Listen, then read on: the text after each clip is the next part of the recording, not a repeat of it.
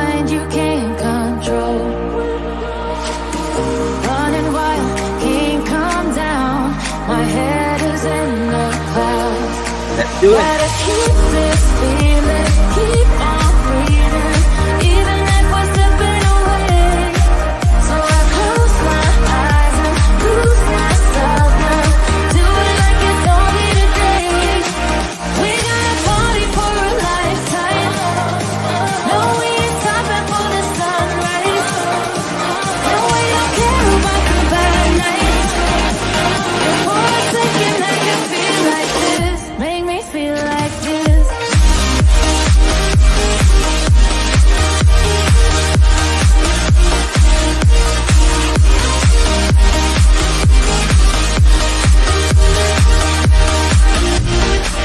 We gotta party for a lifetime. Oh, we ain't stopping for the sunrise. And we don't care about the bad nights. And for a second I can feel like this. Make me feel like this.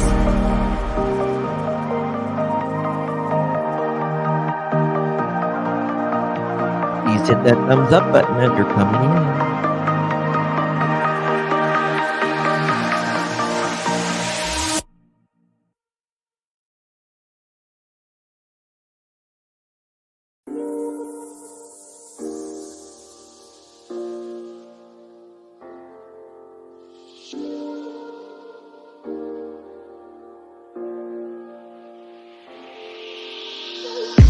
I'm on my last straw.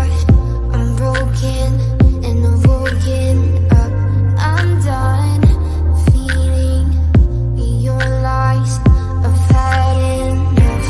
I can't run your place in this faulty game.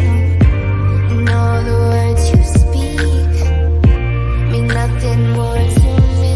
'Cause I'd start over now.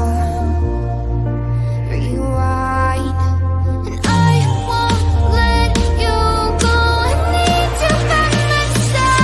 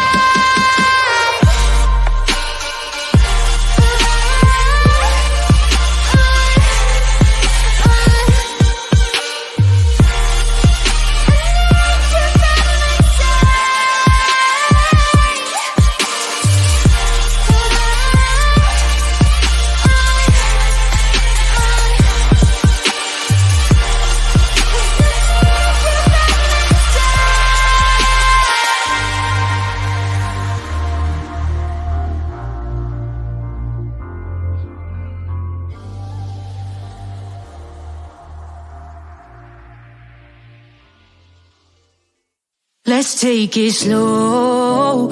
Where you go, I go too. And if you hit the bottom, I'm going down with you. Let's take it slow. Who cares where we gotta be? You know you'll have a good time wherever you're with me. Let's take it slow. That's not Delta. That's not. There we go.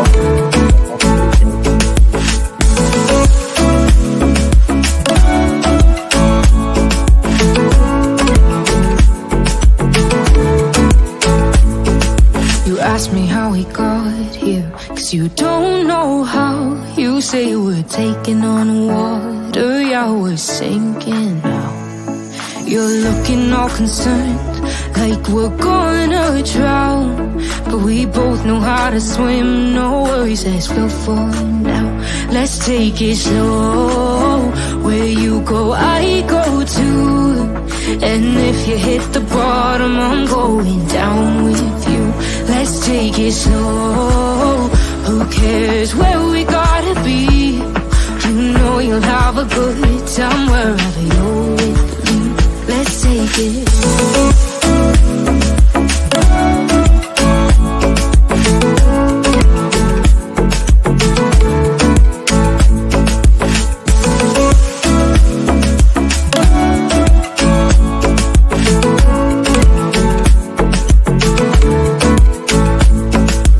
I know I'm not easy, I drag you out your mind.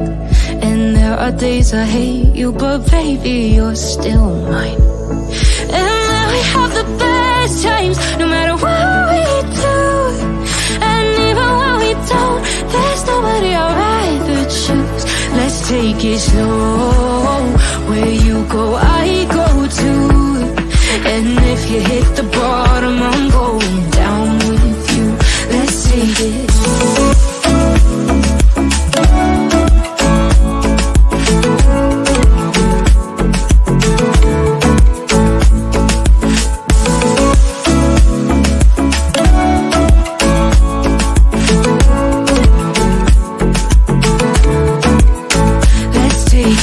Slow, who cares where we gotta be? You know you'll have a good time wherever you're with me. Let's take it slow, where you go, I go too. And if you hit the bottom, I'm going down with you. Let's take it slow, who cares where we gotta be? You know you'll have a good time wherever you're with me.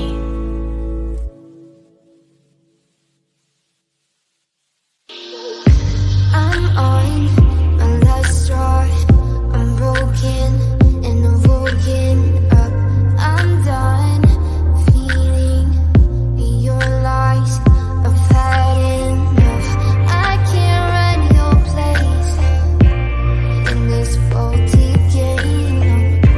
And all the words you speak mean nothing more to me. 'Cause let's start over.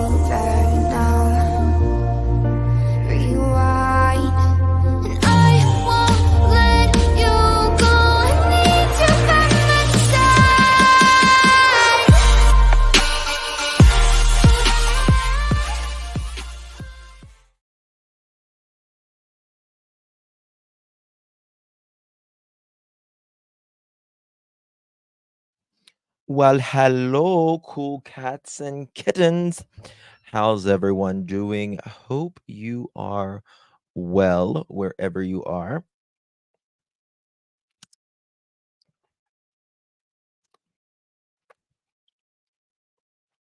Okay, my lips are a little better. Hi, hi, hi, hi. I hate having my soda in the spot there.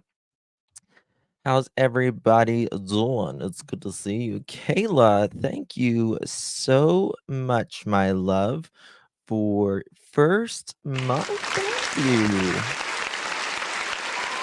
Thank you, thank you, thank you. Appreciate it. Me too. Me too. Fat and happy. Well, I'm not happy that I'm fat, but I am fat and I am happy, so it is what it is. All right.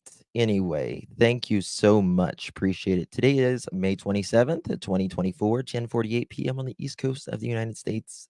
Good to see you all. Feeling full and thankful. That's the way. That's it. So that's it, soldier girl. That's right. You know something, I have Lyme's, and about 4 years ago, I thought my life was ending. And I used to be 130 pounds and really petite, I don't know, petite's the word for a man, but I was skinny and all of that, but I I mean, I was Lyme's about killed me, and then I got on steroids for months, months, and now, thank the good Lord in heaven, I feel so much better. I feel so much better. So, I'm just glad to feel better. That's that's the main thing. So, thank you, Lord, for that. Alright, moving on, we got sidetracked there. I was 130 pounds. I was 130 pounds. I wore a size 28 jean. I was wee little thing. And now I'm not. Now I'm not. But Limes is terrible. Thank you, Sabrina. Oh, you're sweet. How do we get so lucky another stream? Thank you. Aw. Thank you so much. Thank you so much. Did some things with the family earlier, and they don't want anything more to do with me. So they're at that age, and so I'm here. I'm here. All right. Thank you so much. Appreciate you all. All right. So we're going to kind of pick up where we left off earlier. People were texting me. They were like, go live. No one's live. No one's live. I used to be 105 pounds when I was 18 years old, wore a size 3, 5'2". That was a long time ago, and it will never happen again. Yeah, I mean, I can take like the weight loss shot if I want to and stuff, but I am so fucking paranoid that like something will screw with autoimmune again, like I don't want anything to mess with my, because anything with autoimmune, it's like this. Sometimes it's better than others. Sometimes it's better than others, but uh I'm just like these things are still being tested and all that, so I'm just really kind of scared about it. All I really need to do is diet and exercise, and I would like to be like 160, 155, 160. But you know what? I'm not really stressing about it. I'm really not. I'm Don't do it. Ozempic almost killed me. Took it for diabetes. See, I don't have diabetes. I'm not a diabetic. I have lupus. I feel you. Yeah. Yeah. If you have anything autoimmune, uh it it it's living in a hell inside your body for a while, a while. That's right, Serenity. It goes on. I was on Ozempic, but second time around, it was horrible. And you see, I have such a sensitive stomach anyways that I know I would get sick. I mean, I have what's the pill that everyone takes for diabetes? It's oh, Epstein-Barr. That's really bad, April. God, I'm so sorry. Mm, so sorry. Uh it's a very common metformin. Thank you, metformin. I can take metformin and I'll lose weight very quickly, very quickly. Uh, but it makes me nauseous. It still makes me nauseous. Thank you, Olivia. I wear a lot of coral. Yeah, metformin. And if I usually when I if I do want to lose weight, I'll take it at night. I take it at night. The good thing about metformin is, and again, I'm not a doctor, do your own research, but the good thing about metformin is they give it for like a lot of anti-aging doctors will give it. Um, it's off the market there, really, because it has been known to help decrease some types of cancers and other diseases and stuff. So that's one good thing about taking metformin. But, in my family, in either side of my family, I don't think there's one diabetic. I don't think there's one diabetic at all. Not that I can think of. So, I've eaten with it, everything. I just have I had surgery on my stomach, I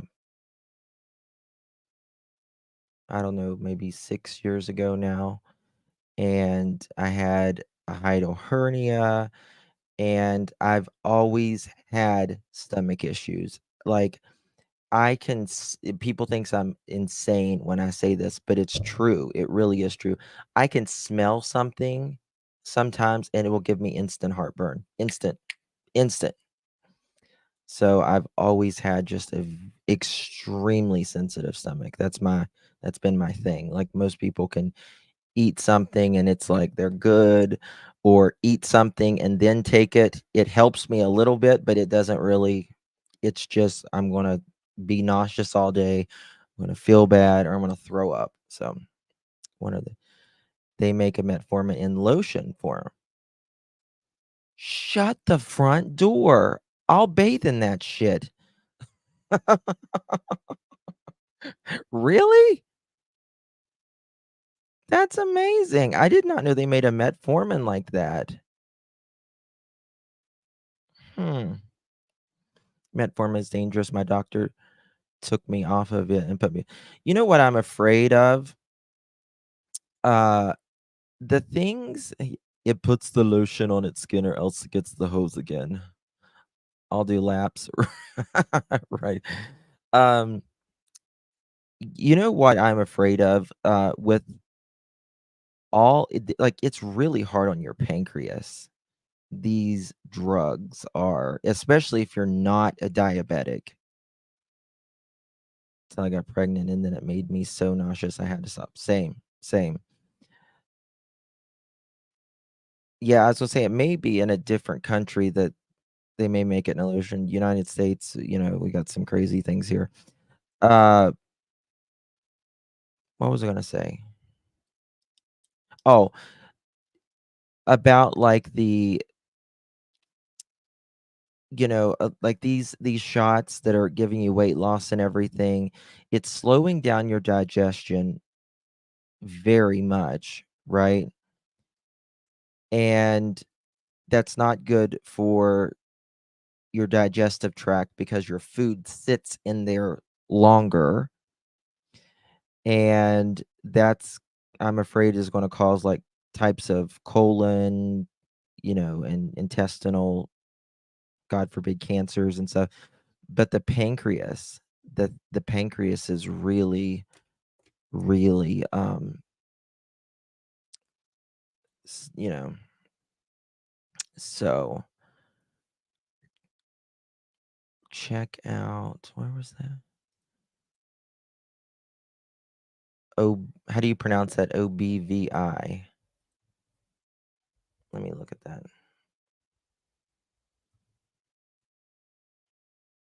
Oh, okay, it's like, the obvious choice for health and beauty. Okay, I'll look at it. I'll look at it. Very interesting.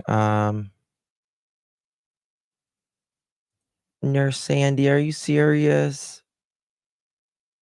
I'm so sorry. I'm so sorry, honey. That's that's tough. That's tough. Yeah, yeah, yeah. I'm praying for you, honey. I'm so sorry. You get what from Walmart, Benson? Hold on, I need to fix my air. 1 sec.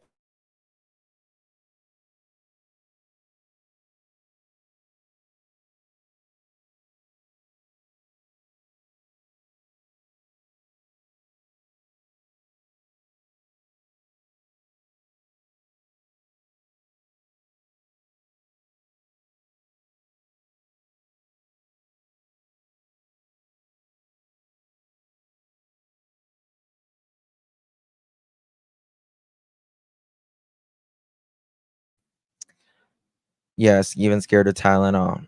Um, What was it that Benson was saying?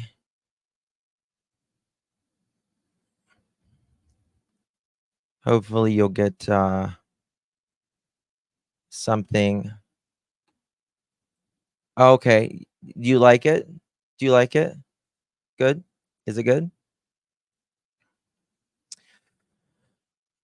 Oh, yeah. And people take ibuprofen and Tylenol and stuff like it's candy. And guys, it is so hard on your kidneys and your liver and stuff like that. I have shingles on the brain lining. Really, Valentine? Yeah, a lot of they're doing a lot of thank you, Beth. They're doing a lot of research on viruses now because there's viruses that they're thinking can even you can be predisposed. Is that what the word is? Like maybe that's not the word, to cancers and other things later on. So, okay. Well, anyway, my step grandma was a nurse who took a lot of Tylenol early, and she had to go on dialysis for 10. Wow. Yeah. Yeah. Yeah. Please be careful. Take good care of yourself. We only got so many shots around the sun, y'all, and life is very precious. It's very precious. And yeah. So, we're going to continue where we left off, and that is from the interview room with Chris McDonough. And of course, Steve, is it Johnson? I think I can't remember right now. That's the one of the worst things for me yeah, Steve Johnson, that my limes did. Like, I don't I don't remember anymore. Yeah, Robin, I screen recorded Tony on TikTok, so we're going to cover some of that tomorrow. But a lot of people thinks like, I can't get out my words a lot of times. I can't get them out. I see them, I can't get them. Since limes. So my daughter had cancer as a child, only has one kidney, and and goes in tomorrow to see if she has leukemia. Canadian grandma. Um, nope, she doesn't. We're not going to allow that. Nope. We good vibes and prayers. No, she is good. She's good. We're going to claim it. Nope, she doesn't. Nope, we're not going to accept that. She is good. We're not going to accept that. Nope. Okay. So, did you see they pulled some Fiji water? Something in it causes brain damage. Well, that's, I mean, like, before the BPH, the BPH in plastic bottles, plastic cups, plastic dinnerware, anything plastic, which everything is plastic nowadays, right? The BPH mimicked a hormone, a estrogen hormone, and whenever that happens, well, number one, women who get too much estrogen, what does that cause? Cancer. You know, especially breast cancer. Men, what does it do? It causes your sperm counts and everything to go down, and that's a whole nother story. Uh, so you just just don't know. You just don't know, you know. So, but everybody's going through something, right? And some are worse than others. Yeah, me. I'm going to look into that because one of my boys, that's all he wants to drink is Fiji. Fiji. Mm. Yep. Yep. That is the most common type of breast cancer. Or that's, well, it has to be fed from somewhere. And the most common way that breast cancer is fed is, again, I'm not a doctor, guys, but is through estrogen. And that's why women get you, men too, but specifically women, make sure you get your breast, exams done. So important. Make sure you check yourself regularly. Teenagers, Olivia, and please get it checked. Please get it checked. Neem tea fights viruses and what keeps me alive. Yeah, neem is a plant that comes from South Asia, India, uh, some of China, Bangladesh, those areas. So, okay, let's roll. And we got the message that our son had passed from the police in an accident, and Thank. I can tell you that is ingrained Sorry, here Sandra. and here. I can tell you exactly what emotions came over me and how they flooded my mind, my body. Oh, I'm not seeing this. sorry. This little boy, 15-year-old autistic son, and they've had 8 days now to process this. 8 days. And, to your point, Steve, I'm not seeing that. It's like, oh, here we go. Let's move. We got things to move. And he's a former military guy. He's a former Navy guy. So for him, maybe it's like, saddle up, let's move. We got things to do. Could be. But Chris, as you're describing, you remembered you were at the teacups when you got that news, and I'll bet that what flooded your mind was your last conversations with your son, the last time you were with him. I bet that was like forefront in your mind. Yeah. And I didn't believe it because he was just at our house, earlier, and it's gone. To your point. So you're right. I mean, here, I'm not, it's just like this disconnect. There's a big disconnect here. And it's troubling. It is troubling for me too. Called the sheriff's department and made the report. I ran all over the house, outside, inside. I looked in every closet. Within minutes, they were here. They responded within minutes, and here we go. So you said you were on the phone with her, so Yes, you were not home? No, ma'am. Okay. I was at work. I'm a tower crane operator, and I was working in Memphis at the St. Jude project. So it's, She feeds him the reporters. I wish these reporters Yes. would stop feeding a narrative. Just Praise the Lord, just Chris. say, where were you and what happened? Yes. Please, anybody, when you are interviewing someone, please don't do a leading question. Don't answer it for them. Don't say, oh, yeah, you were at work, weren't you? Whenever that happened. Say, where were you? Let them answer the question. Don't do the homework for them. And please let the person answering the questions do more talking than you. Just ask them a question, not an open-ended question. Don't answer it for them.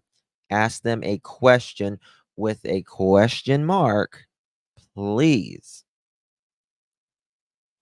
And let it run. That's what cops do. I mean, a good interviewer anyway. Yeah. Because he dovetailed right into that conversation. Yeah. They need Yeah, to it open. sure did. And that happens way too often. I wish more people would take training like my classes or similar, and learn to ask the right questions. And that's why you need to take Steve Johnson's.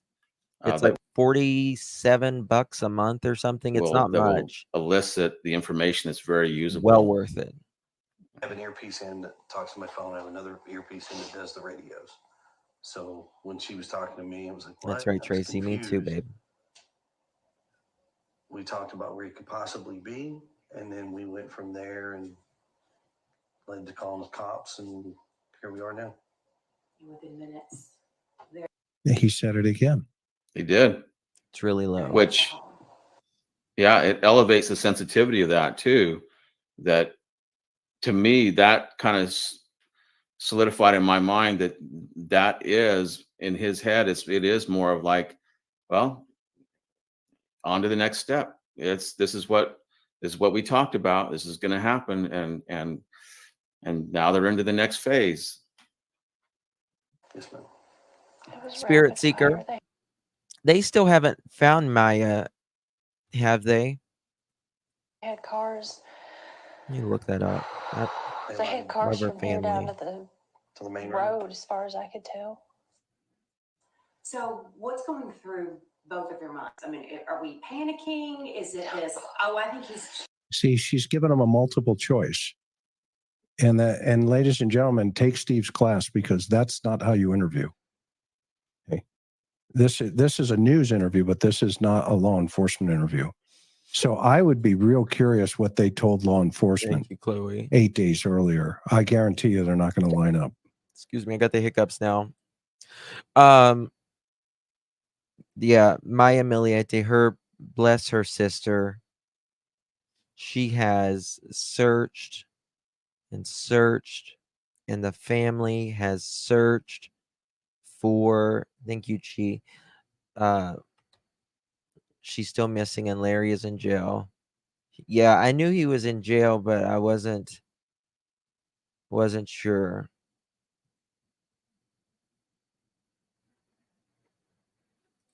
Olivia, I am so sorry. That is something no parent should go For through. sure. Probably at a neighbor's house, or what are you thinking? My son doesn't run. He's not a runner. He's never run away before. I don't know why. I don't know why he walked out that door. I mean, he's a good kid. Hold I don't up. know why he walked out that door. It just sounds like she absolutely knows. Chris, let's talk about that just for a second. How do you know? How do you know he wasn't taken? I know we got a lot to cover here, but she asked him the reporter asked specifically something to the effect of, what's going through your mind? Are you thinking he's at a neighbor's house? I mean, she offered that possibility to the parents. And what did mom go to? She went to him being a runner. Well, she said, my son's not a runner, but I'm wondering why. You had a tornado come through Maryland? Are you okay? Is everyone okay? They are saying there has been more tornadoes than ever. It has just been crazy. Out of all the possibilities, are you going to, he's not a runner? And then she says he's never run away before. There, it tells me in her mind, good to see you, dear. There's no other possibility. Thank you, my love. Other than that he ran away. And it's, again, very similar to Summer Wells.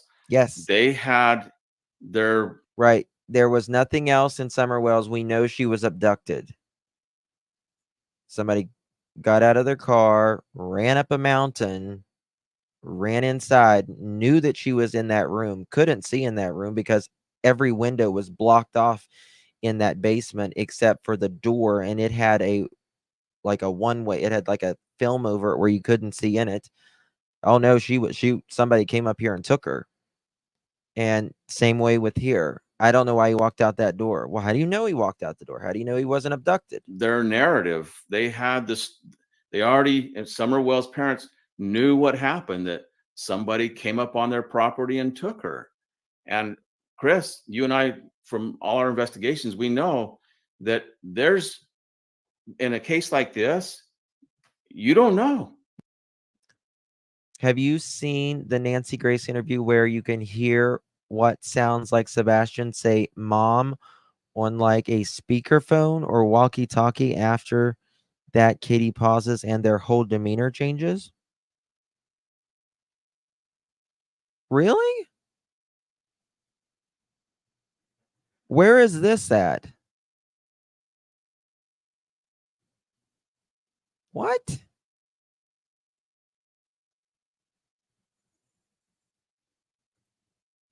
That's what I'm screaming. Can somebody like text that to me or email it? Okay.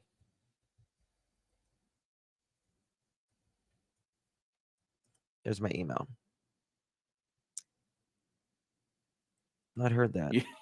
You don't know if did Sebastian walk out? Did his dad come and get him?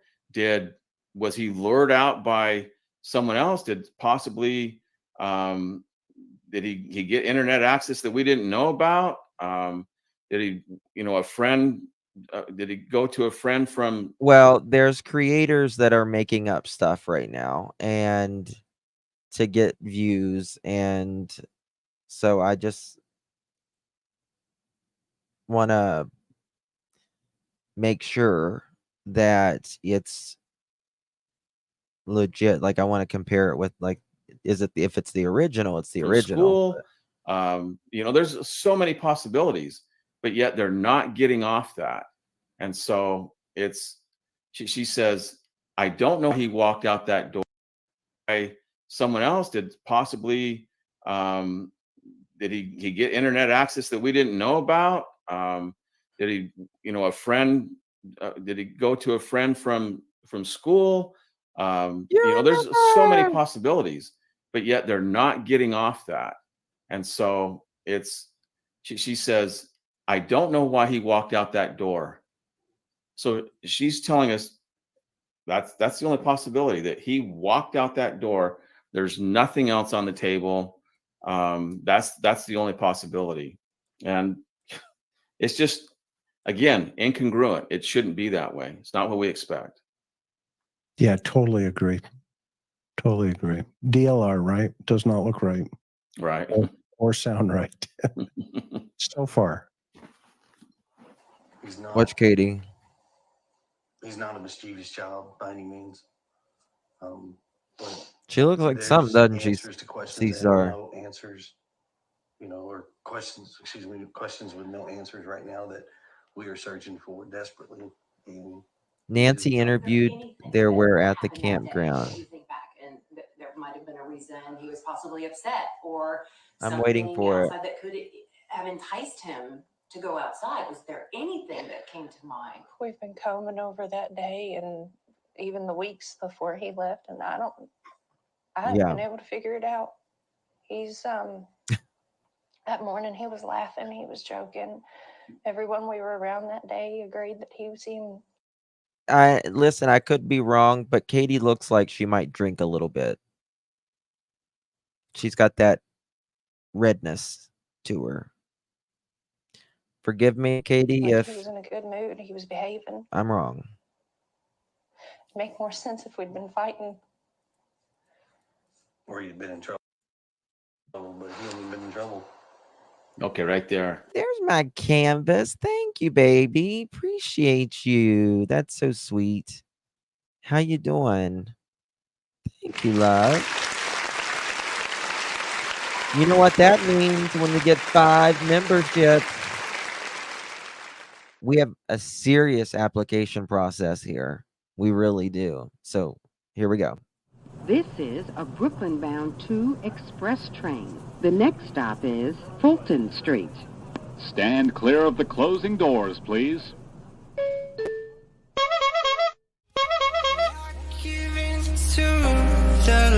certified. My body aches to be satisfied. My weakness comes and goes. My weakness comes and goes. Thank you so much, Canvas and Crime. Appreciate you, my dear. If you received one of those memberships, please thank Canvas and True Crime, and your application is approved. Is approved. Is approved. It's approved. It's approved. There we go. All right. Thank you so much, Canvas. Appreciate you, my dear. It's very, very kind of you. Thank you, lovies. I'm fair and I turn red from high blood pressure. Yes, high blood pressure will do it too. That is true. Very, very true.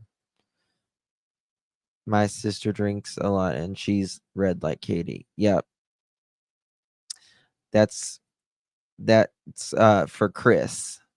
Chris, remember he cracked the whip. He cracked the whip. Sounds like something he was real happy to do, in my opinion. Did I get that email yet? I did not get that email yet.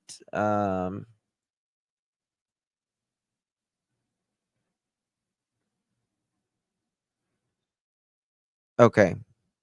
Thank you so much. Okay, here it is. Nancy Grace. Credit goes to Nancy the Grace. And it's supposed to be at time mark 56:52. And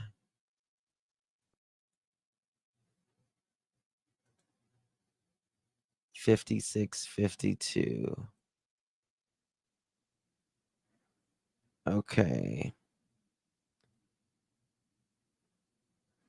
56. Biological 52. mother, Ms. Proudfoot, what questions were you asked during your polygraph? I was asked if I knew where my son was. I was asked if I hurt him. I was asked if I had hurt someone, among a few other questions. And Mr. Proudfoot, you have volunteered to take a poly? Yes, ma'am. If I were to set up a poly for you, would you take it? Name the place and time, ma'am. I'll be there. And you're headed back to Memphis right now. Are you in your RV right now? I am in my RV.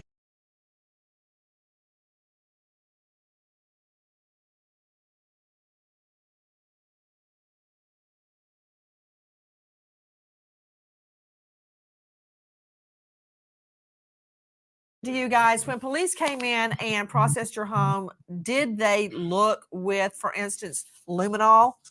Did they check? What did they do when they searched your home? They thoroughly searched my home with many different things. They removed some things for the dogs to hold the Okay, I heard the phone. scent and with many different things. They thoroughly searched my home with many different things. They removed some things for the dogs to hold the scent and for Sebastian's DNA. I know that they used thermal Night imagery. night vision. Thank you. And I don't know exactly all of the tools that they use, but I do know that multiple different Slow it down. Okay. 57.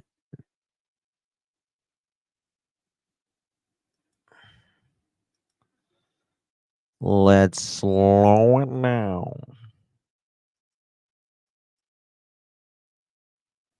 Police searched my home with many different things. They removed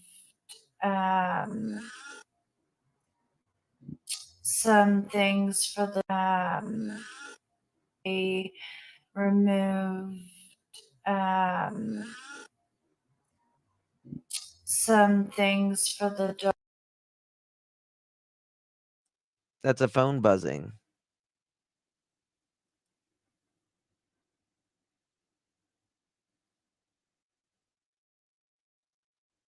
It's phone vibrating.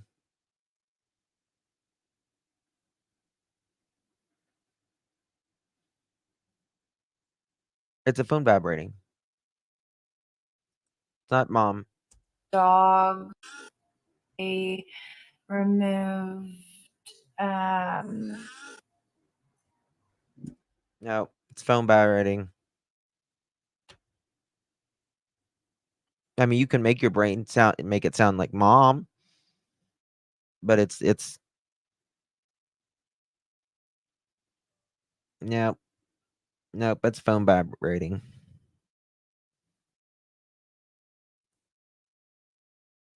Yep, it's electronics. Yeah, it's bzz, bzz, bzz.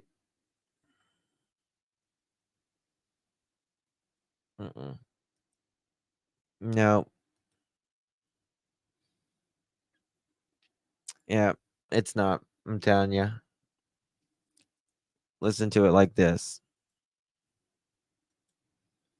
Let's really slow it down. Let's see what this does. Because remove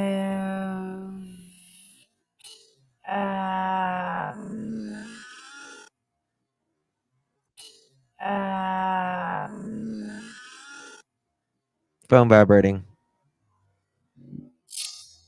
some things for the dogs to hold the moved with many different things. They removed some things for the dogs to hold removed with many different things. They removed some things for the different things. They removed some many different things. They removed Nope. Nope. Not human. It's not human. Thank you, Nana. It's a vibrating. It's a vibrating.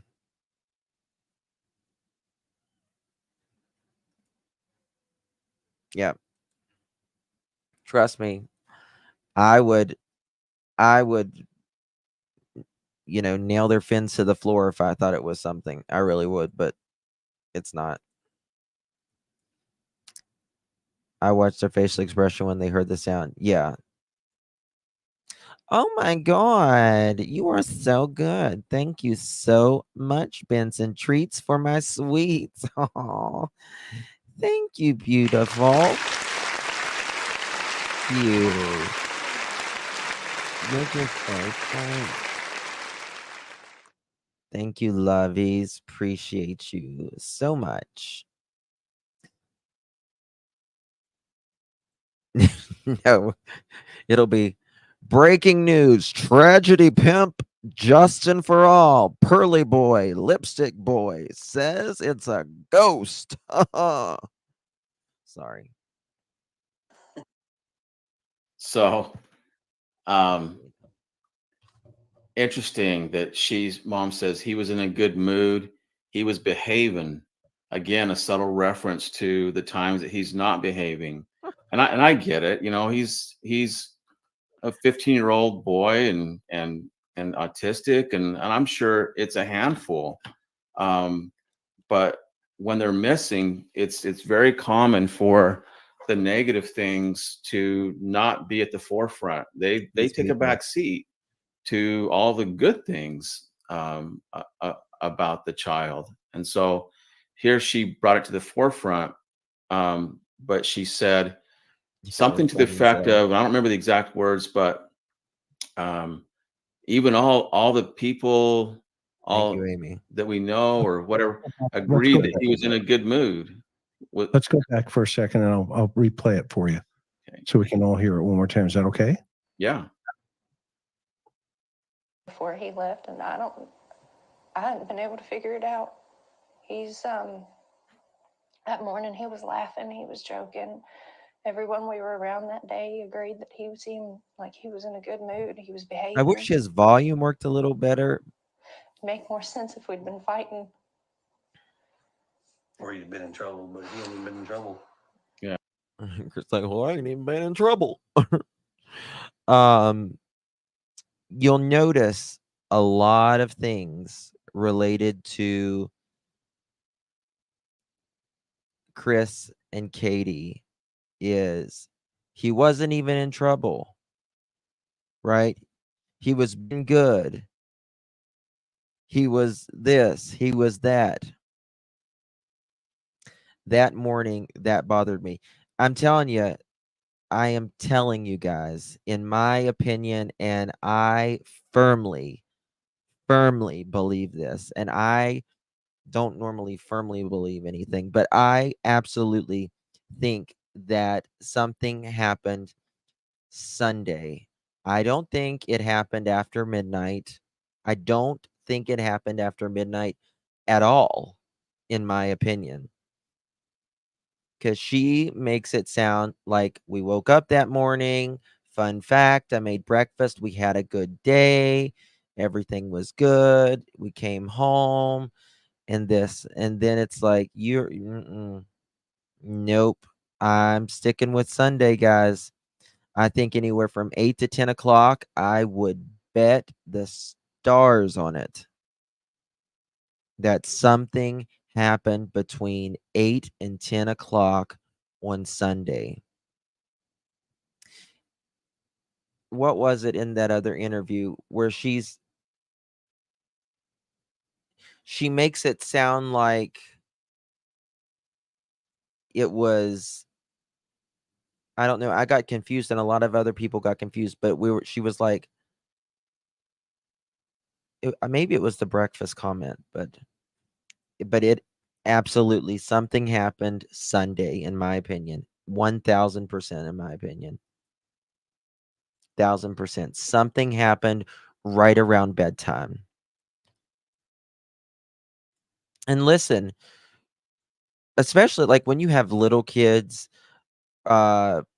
bedtime can be very stressful, right? Especially if you have one that doesn't like to go to bed early, right? Or not go to bed early, but I mean, go to bed at a normal time, right? Some kids, it's like bedtime is like, they're not ready for bedtime. So Sebastian, he was wound up, in my opinion. Katie says he wasn't, but I don't believe anything much Katie says, to be quite honest with you. It sure is stressful. Kaiden says, yes, she's got 2 little twins, and listen, I've been there with the twin thing. I know what you mean. But thankfully my kids, they were all pretty good around bedtime. Not too bad. So I really think, he was wound up, and that was just what it was. I think something stressful happened. Did he not want to take a bath? Was he back talking? Don't know. Oh, thank you, Canvas. Thank you, my lovies. Thank you again. That's very sweet of you.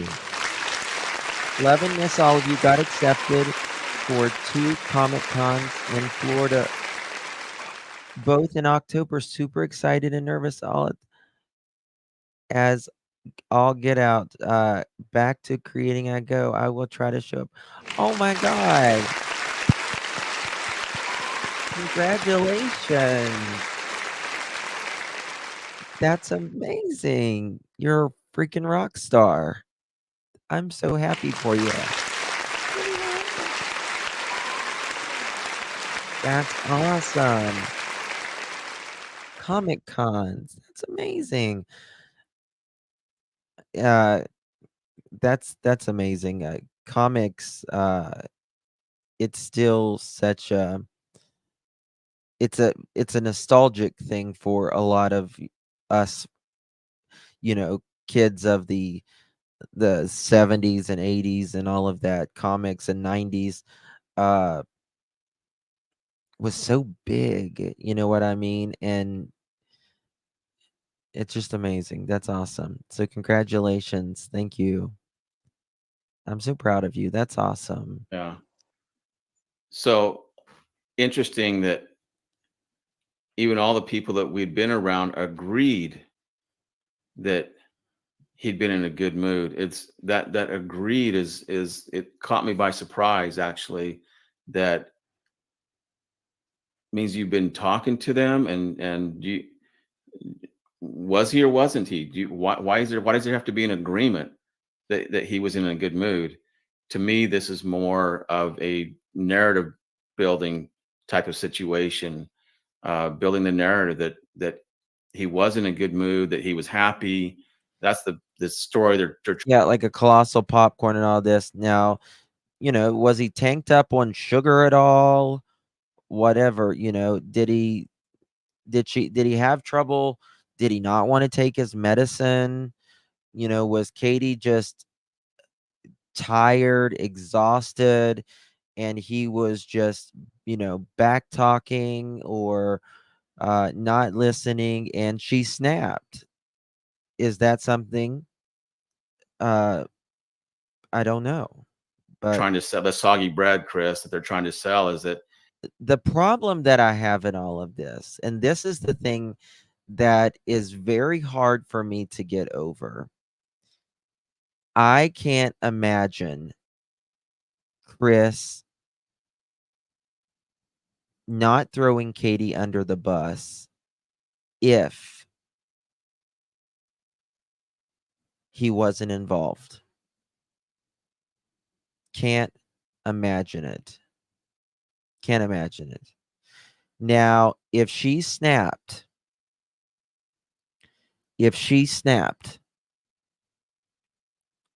and she called Chris and said, Chris, honey, an accident, like, you know, she did something, right? Would he come? He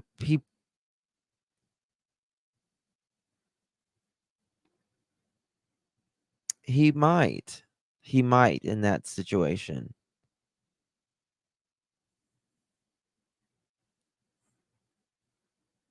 I do too, Kim. I can't help it. I cannot help it. I just think he was there. I cannot help it.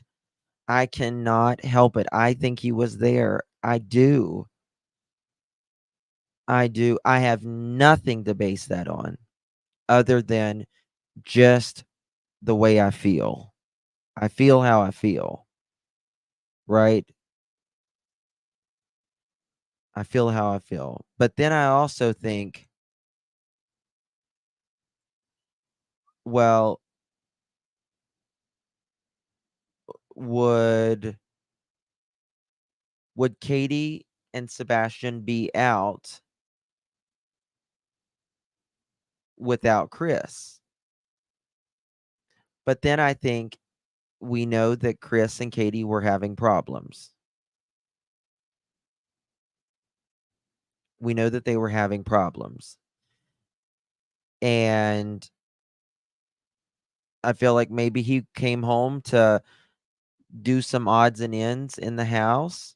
Maybe he came home uh to surprise her. Maybe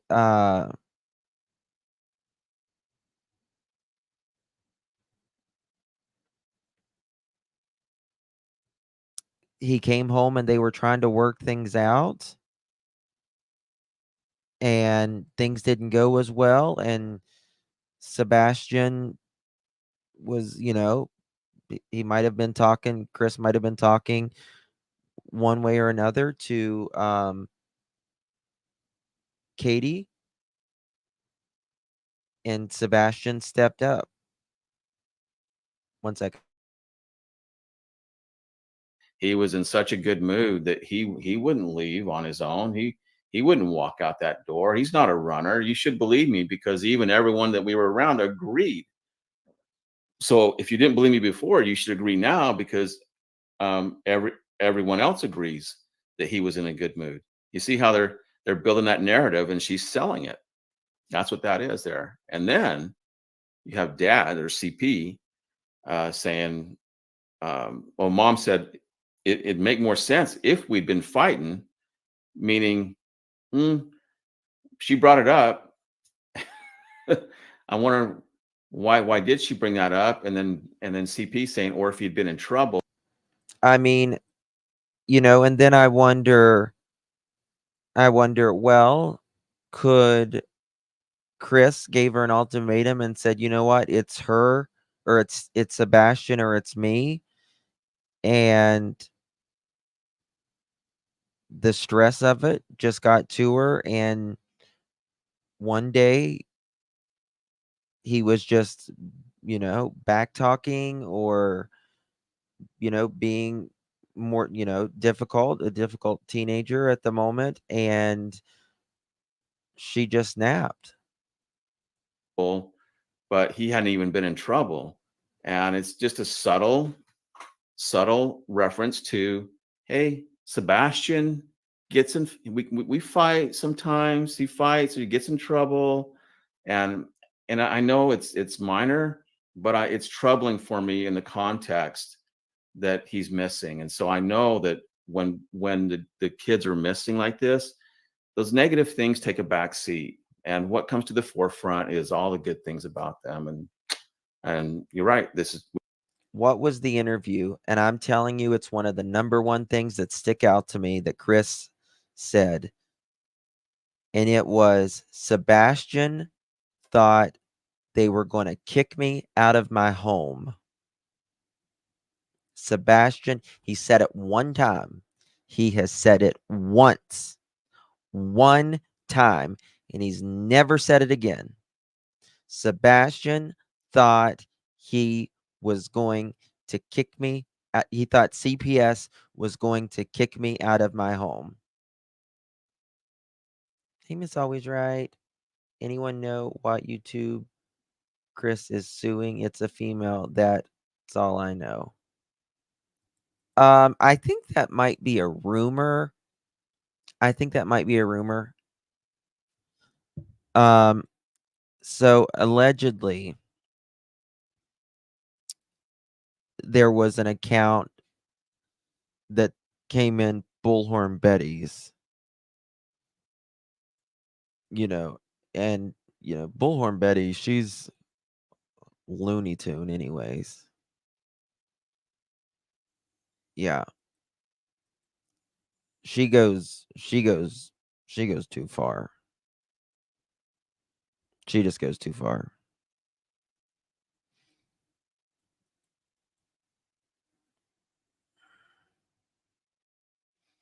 I mean, it's, yeah, Babs. I mean, it's going to be hard. It's going to be hard to, because, you have a right to feel how you feel. But you can't accuse. You can't say, for instance, that someone unalived someone and not right. Like, you can't even say that if the police has arrested them, right? Even if, let's say, for instance, the police arrested someone or someone's for Sebastian or Summer, you can't say, even if they've been arrested, you can't say that they have unalived them. You can't say that, because they have not been tried in the courts. Yes. Yeah. Not until, yes. Yeah.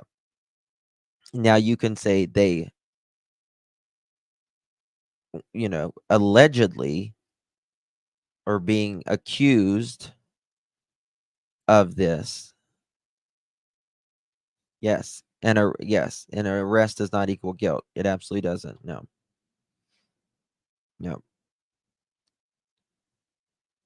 Does anybody know what happened to Chris and Nina's court date? Yes, I do. It was, I know as of a week ago, the judge had not made a decision yet. So that's why it's very important as creators and as subscribers that we put in my opinion or allegedly. That way, not only because of that, but because also someone doesn't run with it and says, well, I seen this in, Justin's chat or Pascal's chat or whoever's chat.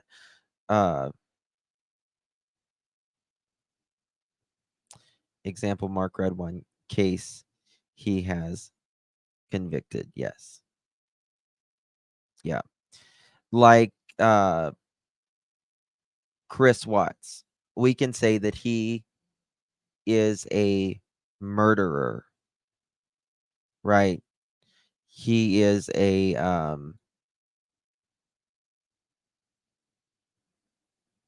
family annihilator. He has been convicted, charged and convicted in that. Yes. Yes, it's very important. So, I don't know. I think specifically for BHB that this case has really gotten to her. She's lost her marbles, in my opinion. She just has. She's just lost her marbles. He committed filicide. He's a family annihilator. Yeah. So this, like you said, it's a disconnect, and it's troubling again. Disconnect. Yeah, and in their mind, they're projecting into his mind that Good. if he gets into trouble here, oh well, then we could understand him being gone. Good. Yeah, I agree. Because what they're doing, right? I mean, they're transferring everything into Sebastian's mind of, but then they project him as, well, he doesn't get in trouble. But if he did. So I don't know.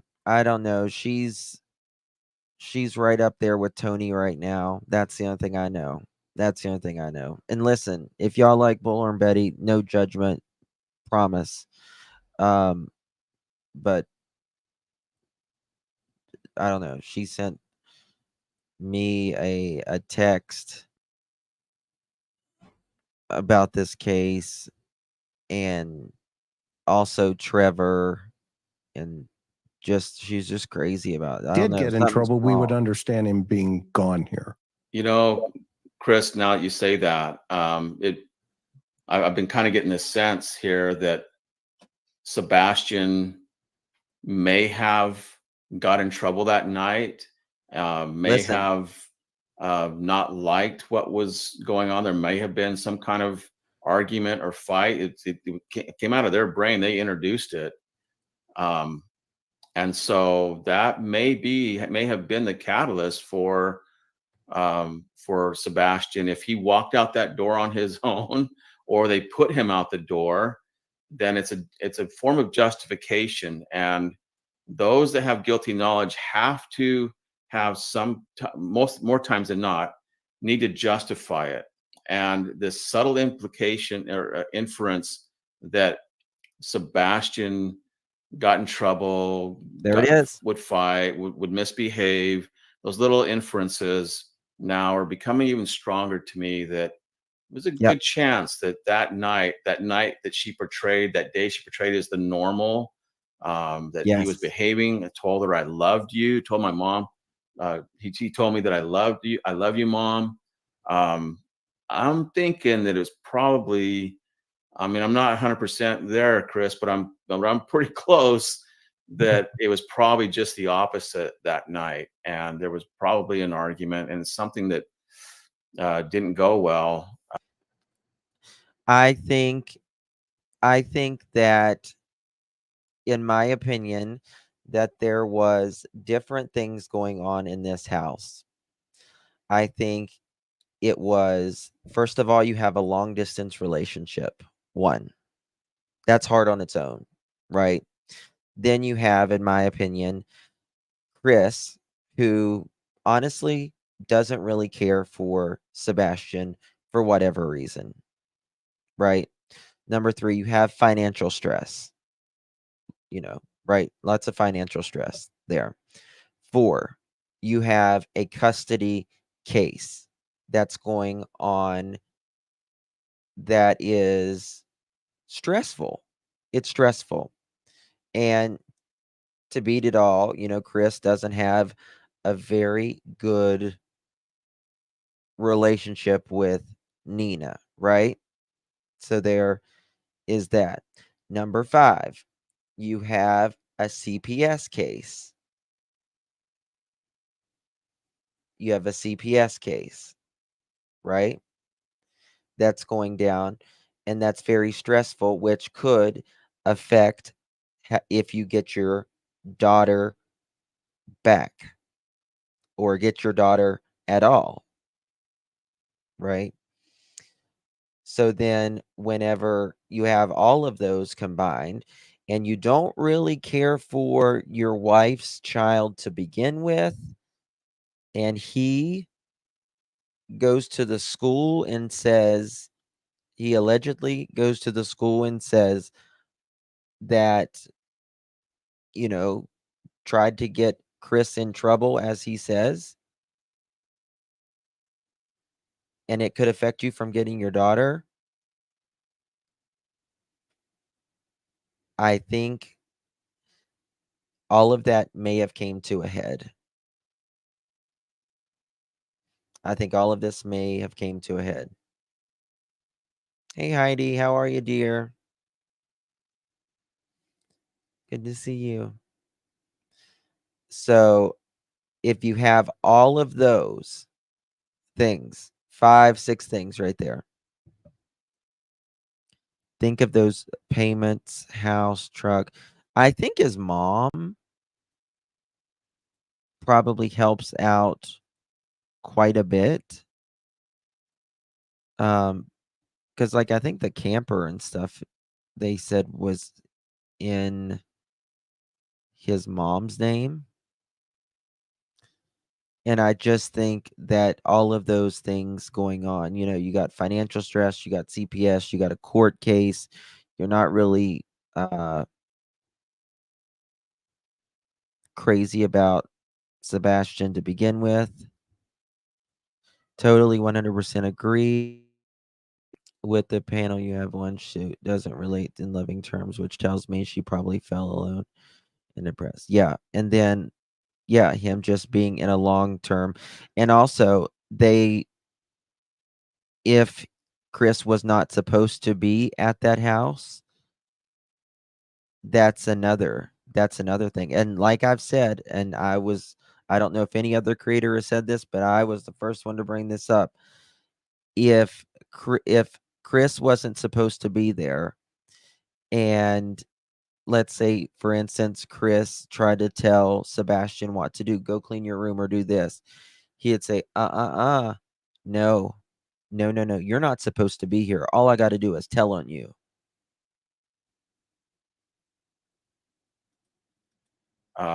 So I still don't know. Did Sebastian walk out on his own? Was he put out? And that's just one of the theories, opinions, hypotheses, and theories. Was he taken out? I don't know. I can't say that, but I'm not liking what I'm hearing here. So, the $1 million question, why did he go? And the other $1 million question is how. What about social media? Hold on. He- I'm I glad think you, because I stopped it too. Go ahead. that might have been, should have been your tagline for this show, the $1 million question. What, as I heard that, I thought, well, the $1 million question is, where is he? Where is he? But Dad's $1 million question, or CP's $1 million questions are justification questions. Well, why? Why did he go? And how did he go? In his mind, there's no question of where is he? That really is the $1 million question, but not to him. It's how can we justify this? That's the $1 million question. Yeah, and the shrug. It's like, yeah, Yeah, done. yeah, okay, and here we are. After the 3-minute call. Right. know? That's a good point. Justin, a clue is Katie saying Sebastian said, yes, ma'am, in my opinion, shows Chris was there. Gone for weeks, ma'am would go away, in my opinion. Perhaps. Here we are. Now they're 8 days into, well, that's the big question. You know, it's like I've said, in the South, we teach our kids to say, you know, ma'am and sir. Thank you, ma'am. Thank you, sir. No, sir. Yes, sir. Yes, ma'am. No, ma'am. But that is a formal way of speaking in the South. You don't say that necessarily to your mom, right? That is a formal way to say to your peers. You see, you know what I mean? I've never heard of anyone calling their mother ma'am. Like just being in the home together. Just like being in the home together, right? Just you, your mom, your dad. Pass the green beans. Thank you, ma'am. What? Do you want some water, Sebastian? No, ma'am. Okay. Yeah, here we go. I don't like it. Yeah, same. Is there Yes. anything that Yes. It's a formal way that you use in front of peers. anyone who could have contacted? I understand he was somewhat of a gamer, or what was he? There was a video game he loved, right? Minecraft. He loves Minecraft. No, I mean, Missouri Butterfly says, I was raised to respect your elders no matter who it is. And of course you respect, but we have different relationships with our our household, right? The inners, our family, our close family. And that is it's just not normal. Just not normal. It's just not. The game that he has is not online. He has the Switch. We don't, because of how social media can be, he doesn't have accessibility to communicate with folks on internet. I mean, we have a firm belief that we just don't feel it right now that he's capable of having that kind of responsibility. Mm-hmm. So, I mean, his phone is locked down, his computers, his gaming. He doesn't have a gamer tag. He doesn't have online capabilities with games. I mean, We've combed every electronic. I mean, we've cooperated with all the authorities as far as anything they've asked us to provide, we've provided. That's an interesting statement. I live in Texas and we teach everyone to call ma'am and sir, even the parents. Well,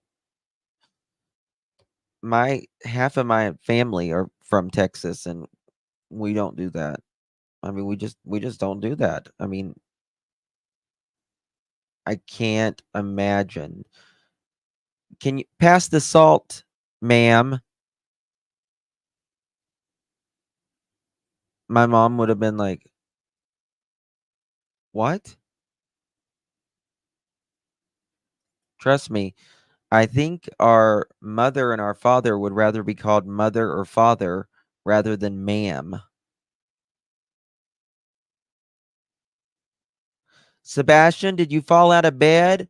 No, ma'am.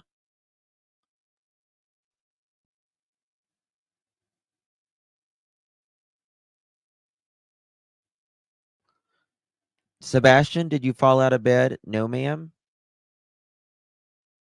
No terms of endearment in that household.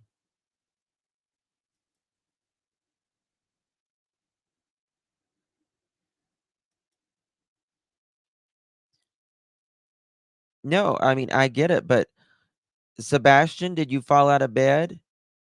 No, ma'am. No.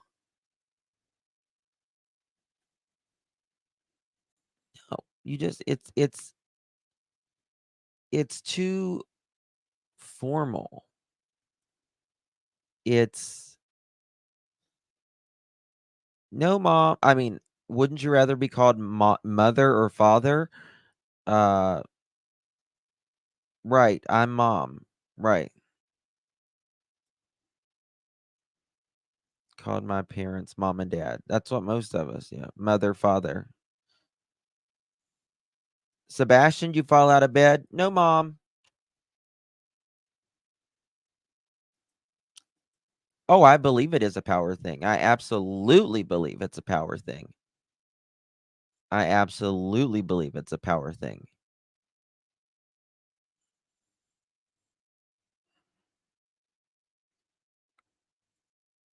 I absolutely believe it's a power thing. I think Chris said, you're going to tell everyone you're going to call us Mr. Chris.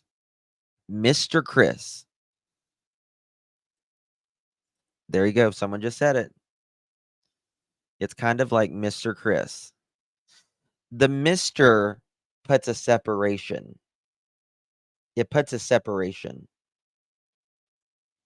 Right. It doesn't have that endearment to it.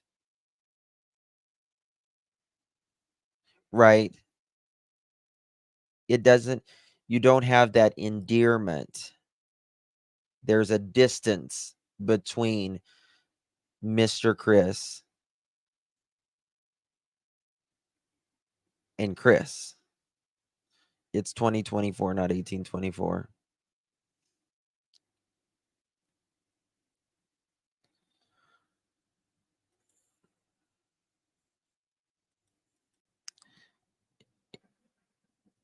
I'm an Army brat. Even other Army brats don't talk that way. My dad was a Marine first. Yeah, my family. We've cooperated with all the authorities as far as everything they've asked. Well, okay. I was going to have you stop it there too. I'm glad you stopped because he qualified it just like as far as, but did that even need to be stated that we've cooperated with authorities? This is your child. Why? We all assume that you're cooperating. Only 10 people went. Oh my God.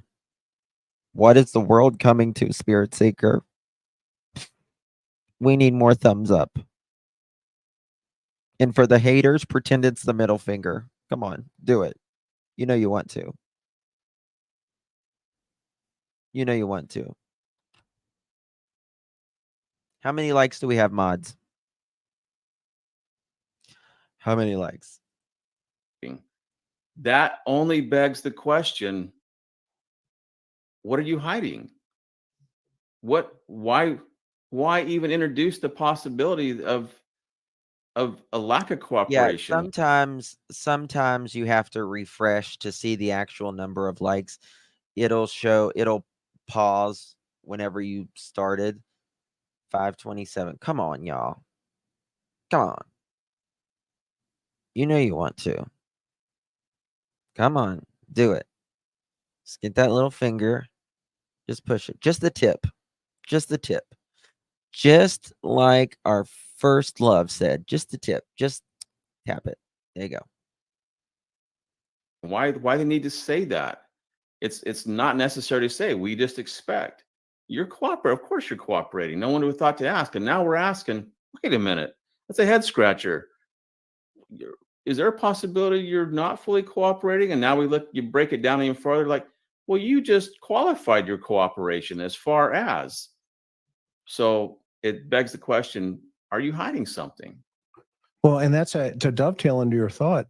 It's interesting. They go from what the likes are of the Always Sebastian. Always. He likes to play Twitch. Bastards. To we're cooperating with the authorities. I mean, it's almost like this, he jumped into a different train track immediately to tell everybody, well, we've let them have access to all of the information in their, our computers and his computer, et cetera, et cetera. But what's interesting is the authorities have said that nobody's been cleared. And that unfortunately includes them. And they said that at the 2-month mark. So maybe that's where the concept of as far as has a little more weight and a little more power. Maybe there's other things that there hasn't been a lot of help with. I don't know. I mean, I'm just speaking, right? I mean, you've been in this situation 100 times where we've talked to folks that have said A, B, C, and D, and it's E, F, and G, and you go, well, Right. I'm not buying that yet. This is actually the fact that he said that is a statement to portray himself in a good light. Why does he need to portray himself in a good light in this situation? Again, that is unexpected, and it's something that we often see in situations where we hear that from people that have some guilty knowledge in the situation. He shouldn't be having to portray himself in a good light. Mom shouldn't have to be portraying herself as a good mom. You see, we're seeing a pattern here, and I think it's going to continue on. $100 says you clip this and into your classes. I'm not going to take that bet because.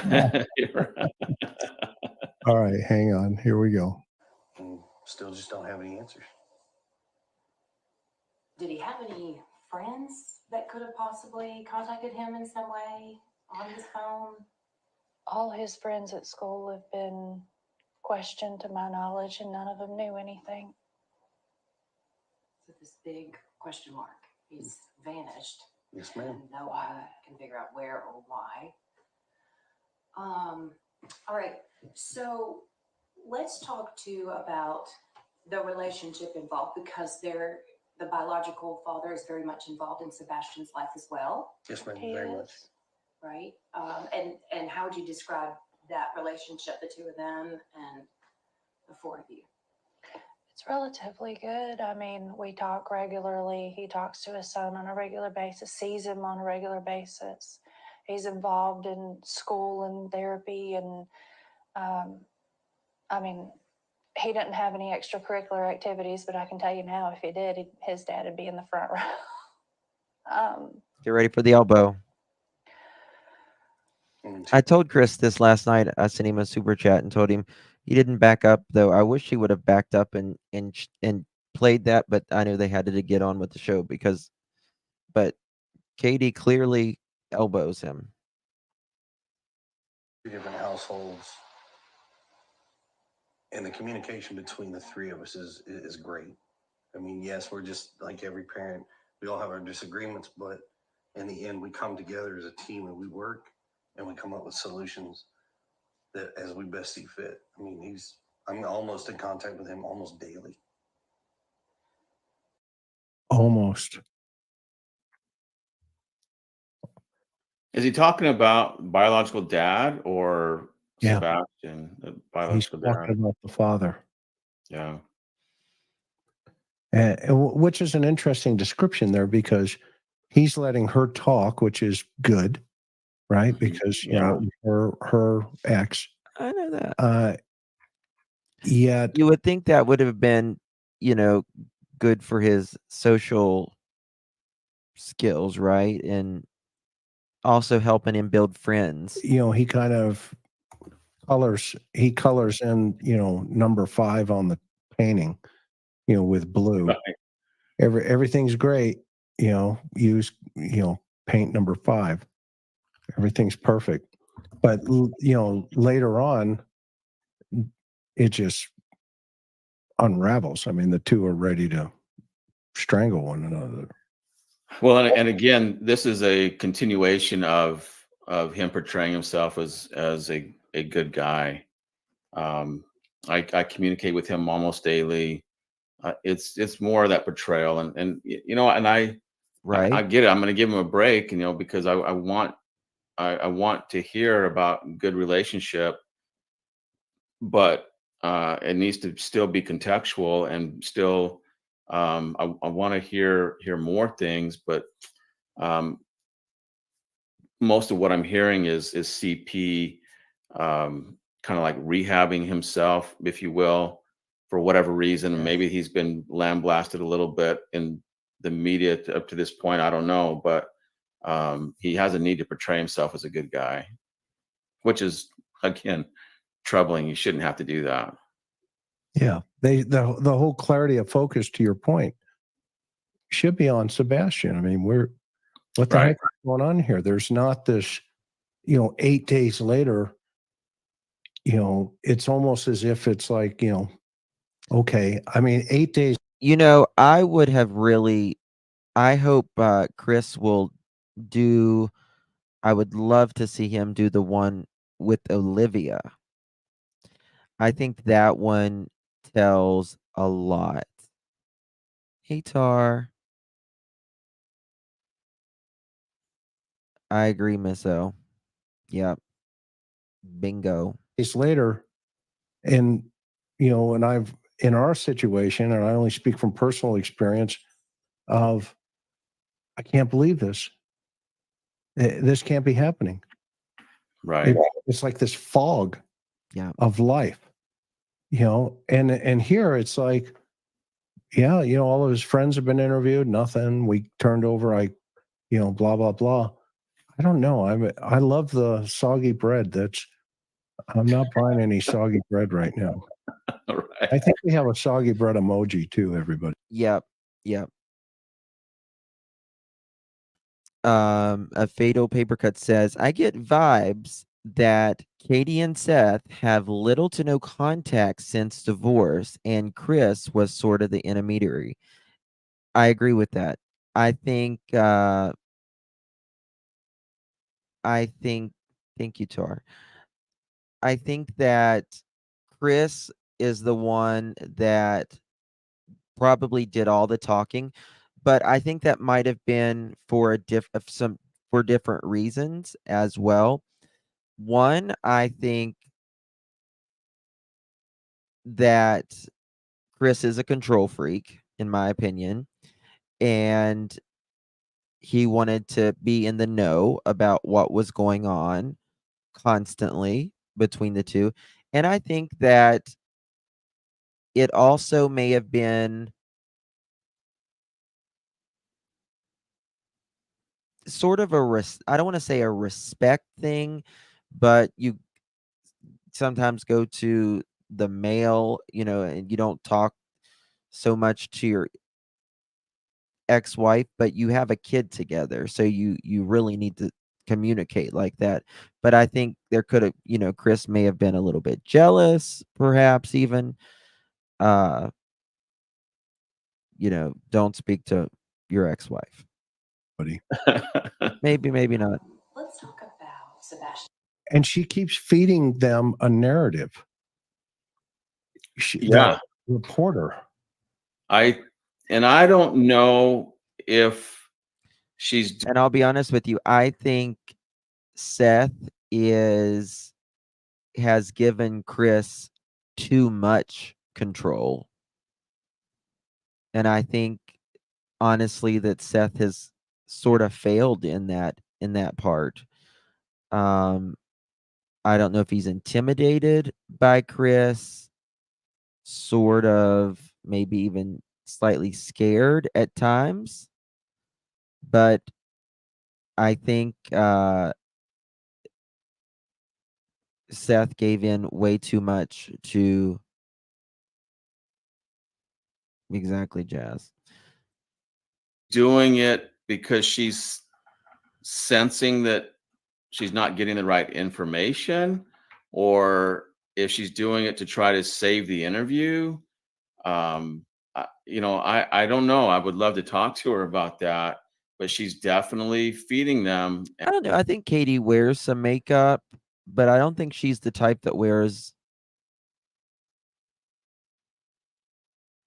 maybe a lot of makeup. I think she just might wear a little bit of makeup, And it's which is fine. I mean, everyone's she's different. adding a level of contamination to their answers, but yet even with that contamination, we're still getting some great information as far as finding out what's going on inside their brain, what's up there.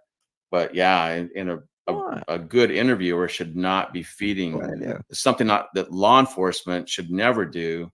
I get it a little bit more when it's media and they have to keep things going, make the show, the interview a little sexy, if you will, appealing.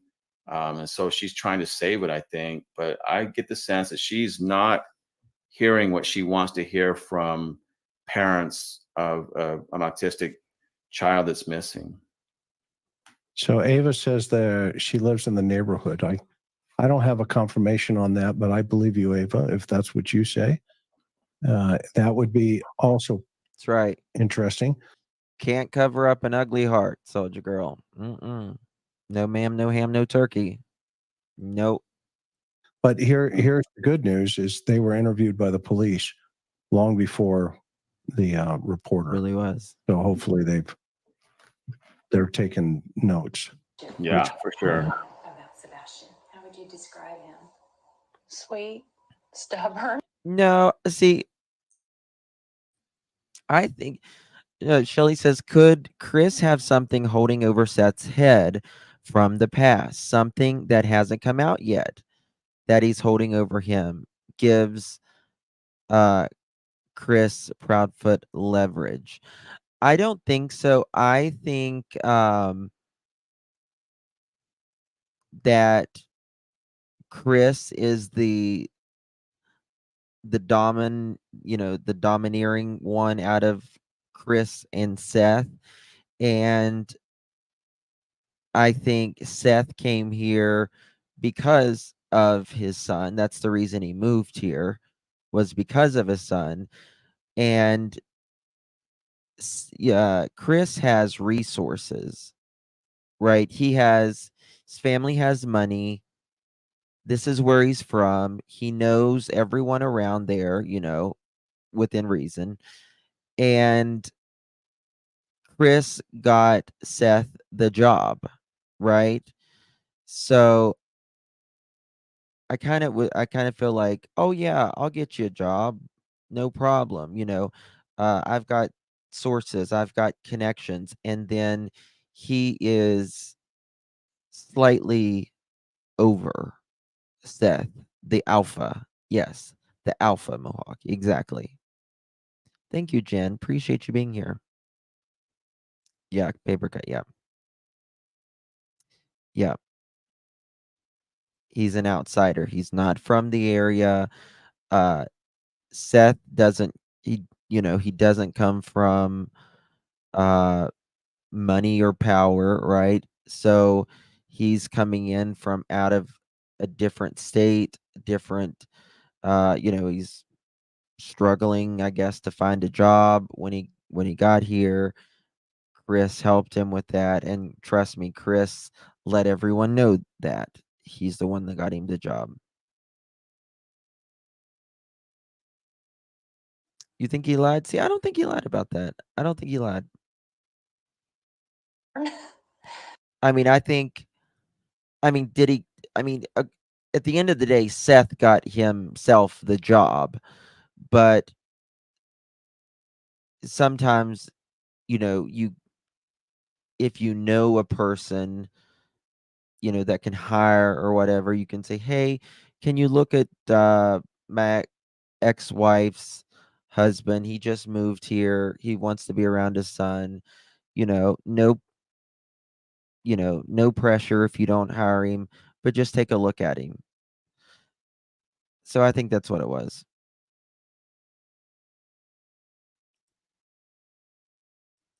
Yeah, that was really sad when he took away. Like, I hate snakes, y'all.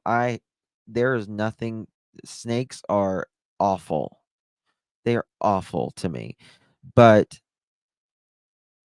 Sebastian liked that snake. That's what he liked. And the happiest I ever seen Sebastian in any picture is the one with him holding that snake. And that was another way to control.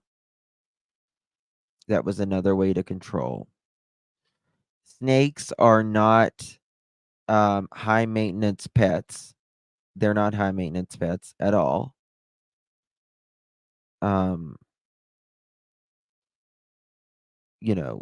One of my first jobs was working at a pet store, and I worked my way up to assistant manager there. And anybody who would hold a snake, you were pretty much hired as far as I was concerned, because I'm not touching a fucking snake. I don't want to touch a snake.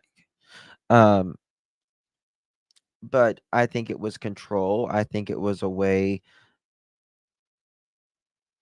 manipulation and control. He loves to help. He Snacks. loves running, and he loves to play his games and his fidgets and Uno. Lord, that's one of his favorite Really? games right now. Favorite color is green. Does he love music? Oh God, he loves music. An eclectic taste. From, as everybody knows, Eye of the Tiger to Eddie Vedder.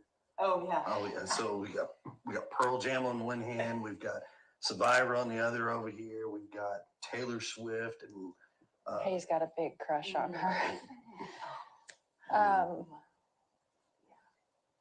Country, rock, no classic. hip hop. We don't allow the hip hop. Well, he doesn't really get into it Rap and anyways. things. You mentioned he loved running. So did he love the outdoors at all? I mean, would something outside that was somewhat outdoorsy be enticing to him or pull him outdoors? He loves, like, when we were in California and the school had this lap thing to gain money. It was a Adriana says, I think Sebastian should have acted like he hated the snake. Then Chris is the type who would have had to keep it, who would have kept it to make him miserable. You're probably right, Adriana. The problem is with that is you would think just a kid being happy is enough, right? Just a kid being happy is enough.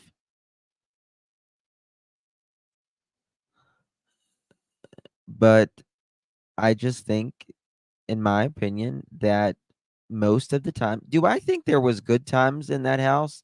Absolutely. I think there was good times in that house. I think we would be silly to not say that there was good times in that house. But I think it gradually deteriorated, especially the older Sebastian got. Did we ever listen to the interview about the cats? Yeah, they talked about it last night on Queen Bee's channel. fundraiser. And every year he was, I did this many laps. I did this many laps. I mean, I've got t-shirts where they would write on his back. Every time the kids went around, they'd mark a mark on the back and they'd keep running. And he just had marks all the way across his back. He likes playgrounds. Yeah. He hates being dirty. He don't like being dirty. Yeah, he's not your tomboy style child where he goes outside and plays. The restraining order was auto temporary thing. Katie's allegations document was just that.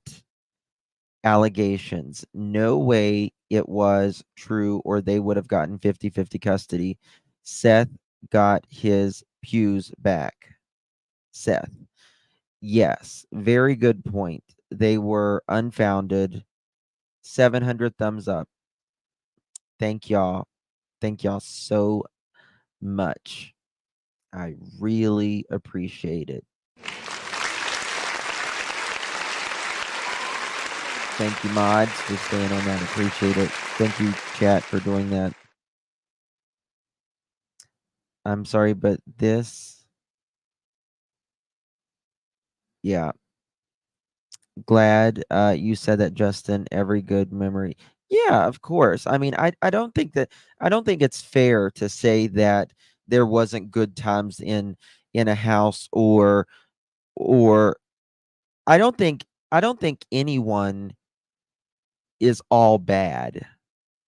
Right? I mean, there are people that are just pretty bad, just really, really, really bad. But I don't think Chris is all bad. But I do think that he's an extraordinarily flawed person. I don't know why anyone would whip, especially with an instrument, i.e. a belt, hit a child that has a mental or physical disability. I don't understand that.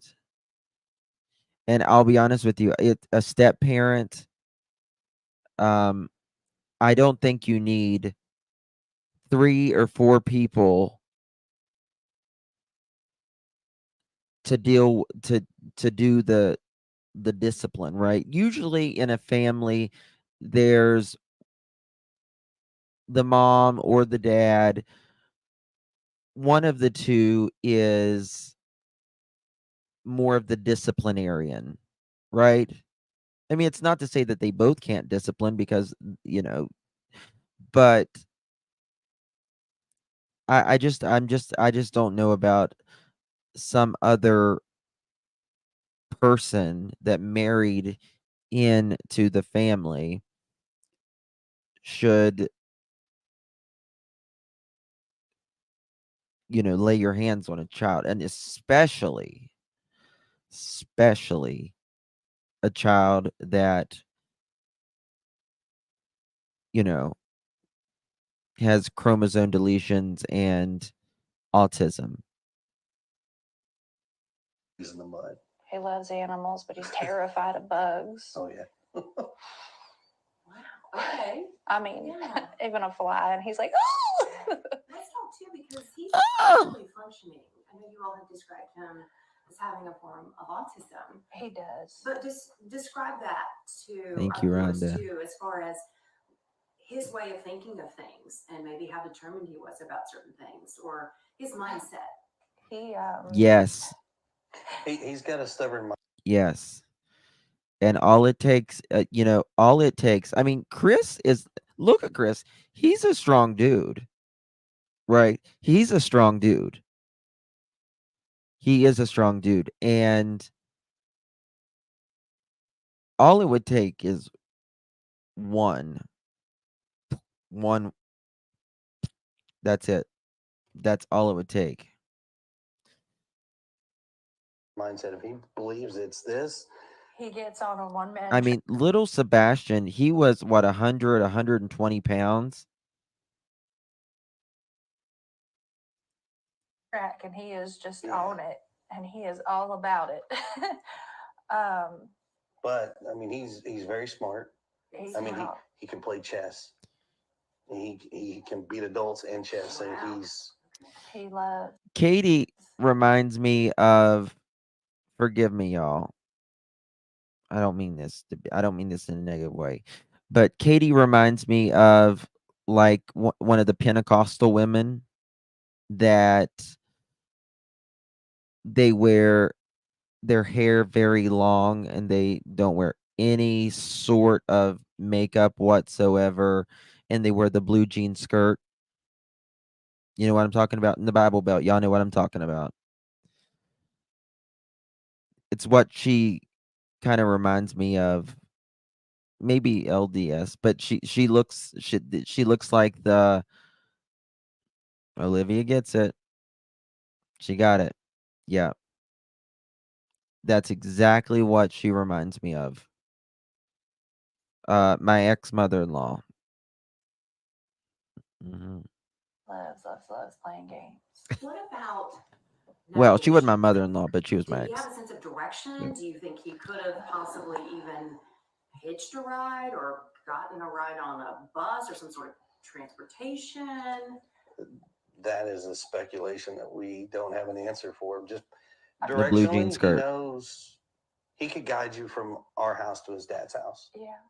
He could get from like this house. I think he can make it up to Culver's ice cream. He can go to Culver's. Oh, the boy loves He a knows malt. where Culver's is because Culver's has malt. Oh, He loves malt. sounds like she gets extra around though. Listen. Those blue jean skirts, unbutton quick. Don't let them fool you.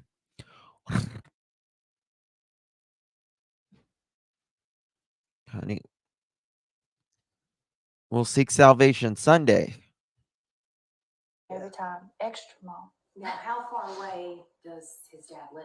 Clarksville. His dad lives up by Clarksville. So he could guide someone all the way to Clarksville. Mhm. Mhm. Oh, wow. Okay. So a pretty keen sense of direction, at least with certain Don't hate the things. player, hate the Yeah. game. Familiar routes. Yes. Familiar routes. Okay. Familiar routes. I mean, if I took him another route going He this way, takes he would it. not know it. He goes up there so often that I was like, he ooh, I'm knows gonna get the one day, and I'm route coming. to I'm gonna say come he can go Pentecostal. that. His dad works with him as far as, oh, we're going With this extra way, we're going malt. that way, and Mhm. Extra malt. keeps the same thing, and it works out. He liked the extra malt. Let's talk too, because earlier, Chris, you and I were talking, and you were saying that there are a lot of people. Yes, it is. Their denomination is the Church of Proudfoot. Church of Proudfoot. Brooks calls her a Harley hoe. Who are harassing both of you. What of any of that do you want to address? What do you want to say to any of these people? Just that Yes, the Church of Christopher. Christopher. Christopher. Christopher! Oh, Grace! Oh, Grace! Christopher! Christopher! Oh, Grace! Christopher! Christopher! Oh, Grace! Grace!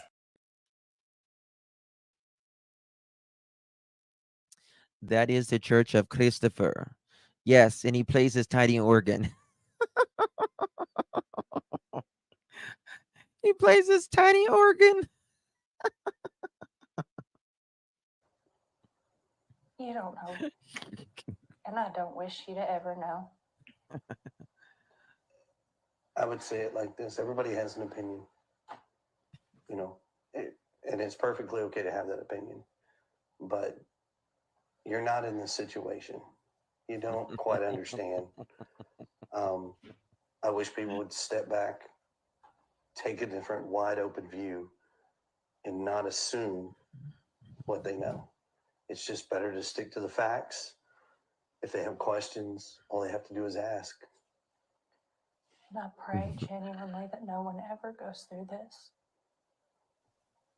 Hey, Chris, that's I don't know, the fourth or fifth time, I think that she said, something to the effect of, I hope or pray that nobody ever has to go through this.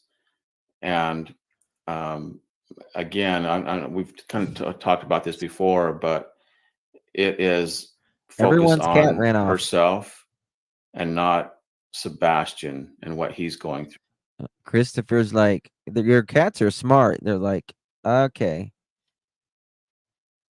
I'm not going to be the sixth kitty. I promise you that. Christopher has done. I'm just not. I'm running away. So it's just, that's kind of like, because she keeps repeating it. It's, to me, that is what she has in her head, is what is the soggy bread that people are going to buy, the Soggy reporter's bread. going to buy. It's going to sell her emotion, and so she keeps repeating it, but it's void of what Sebastian is experiencing. I still haven't heard that.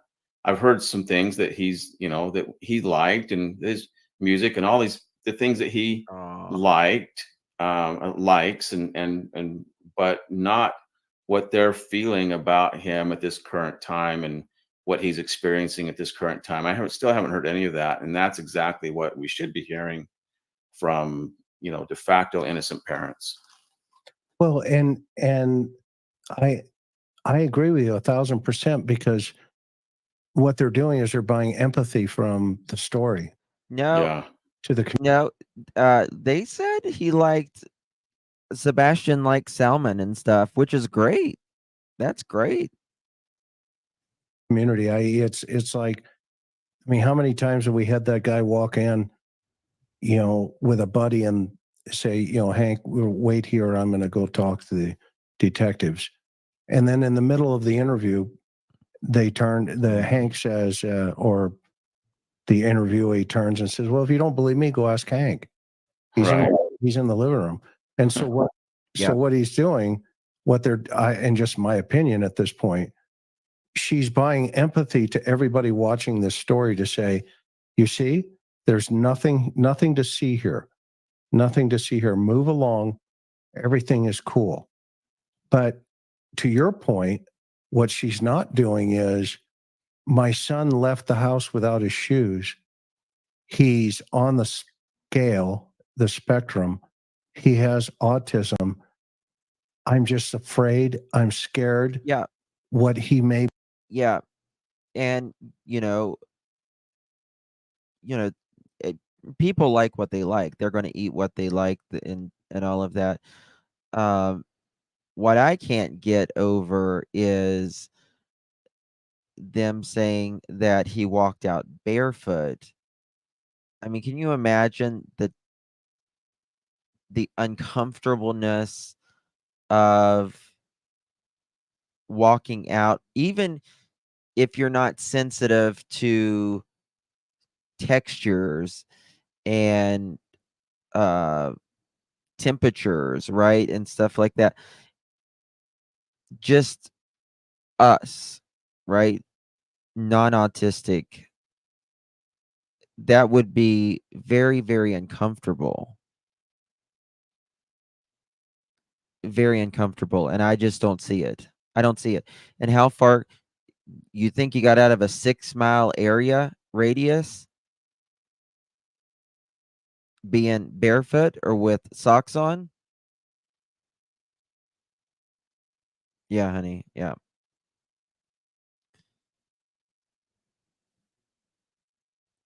The grass would have been very cold and wet. Yes. Yes. Absolutely. Yeah, Sebastian would have. I just don't. No. No. The kid's not going to walk 6 miles barefooted. You wouldn't have any feet left. You wouldn't have any feet left.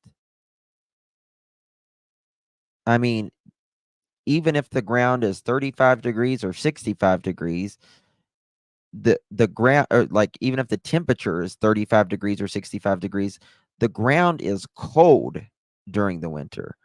Cold. No. Just May no. be experiencing I don't know how to deal with this, you know, and that is the emotion that you get when it's more. I think that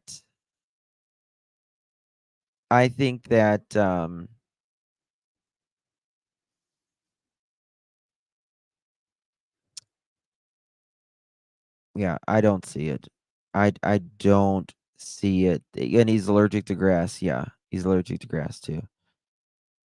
I think that if they hadn't have forgot the shoes, in my opinion, but I think once they realized they forgot the shoes, and they had to say that he he guess he walked out without shoes, because obviously Seth knows every pairs of shoe that he has, right?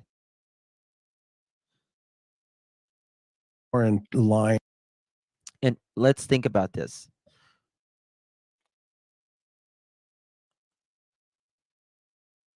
He didn't have shoes. He didn't have shoes. Yeah.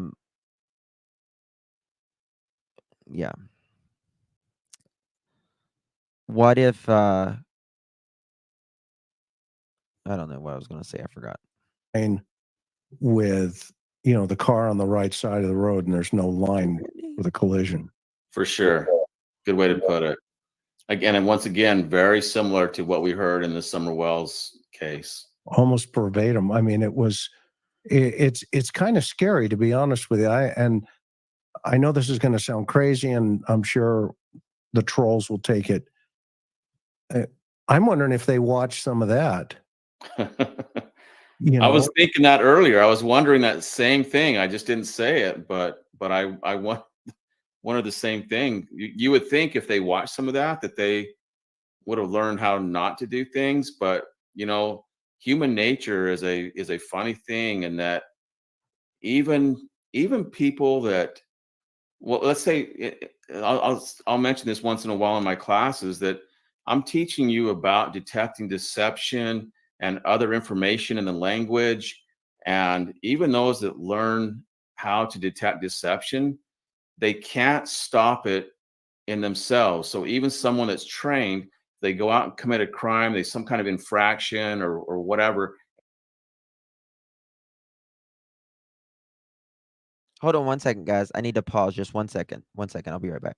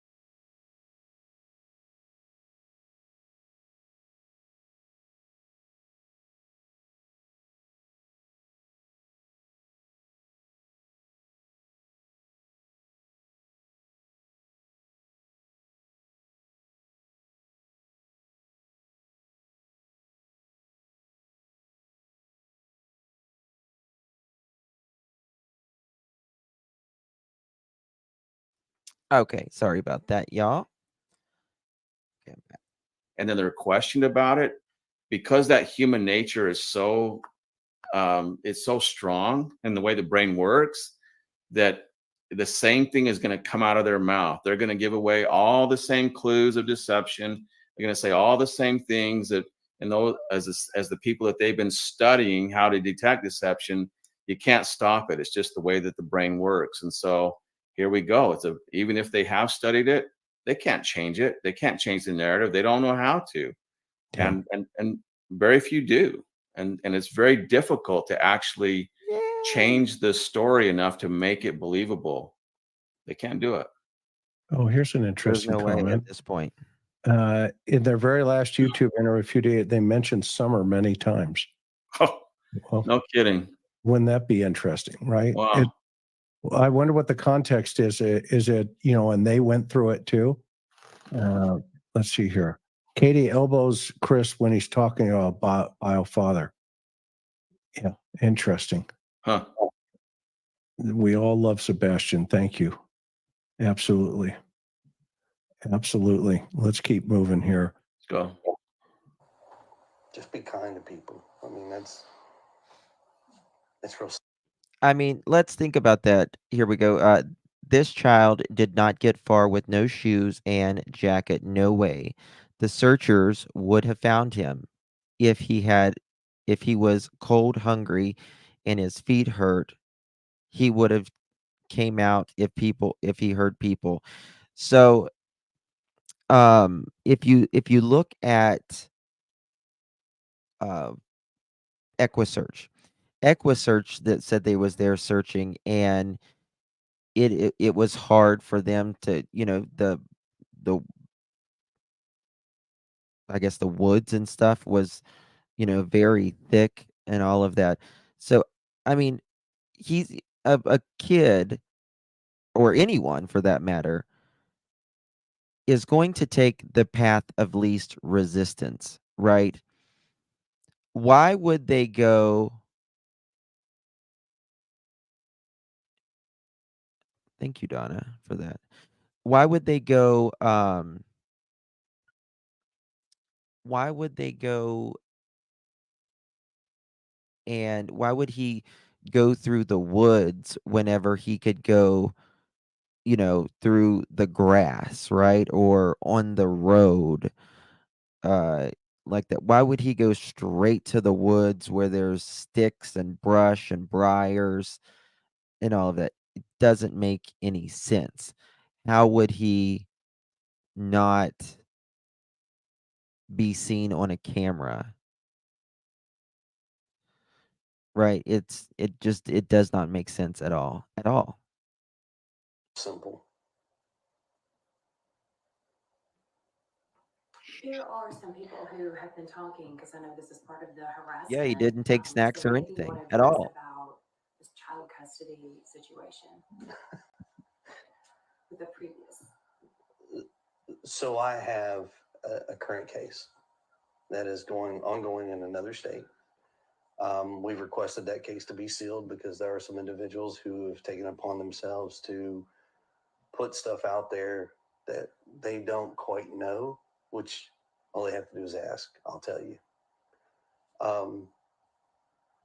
But because of that, it has nothing to do with our son. It has nothing to do with the situation. I just people would respect that and then keep an open mind. It's totally different. If Sebastian is able to watch this, and maybe he's watching this as it airs, and if he is, what do you want to say to Sebastian? What do you want him to hear from you right now? Oh gosh, that we love you so much. I look at the way he's looking The way he's looking down at and to it. the left. He does that constantly when he's interviewing.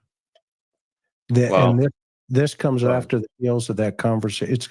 It's almost like bleed over stress, on the CVSA, Yeah. right? Mhm. Where he had just talked about the custody problem from another situation. And now she's going to talk about, that one of the things I think we'll tell the audience, when you do a CVSA, it's computer voice stress. Heather says, I promise not everyone in Tennessee isn't like the Wells and the Proud Feet. I hate seeing people put down the state. We aren't all like them. Heather, I understand. The people of Tennessee are wonderful, wonderful people. They'll give you the shirt off their back. Good people. And I think it's unfair for you see a couple people and the whole state gets judged. That's Analysis. unfair. It comes out I looking love like a Tennessee. block or like a Christmas tree.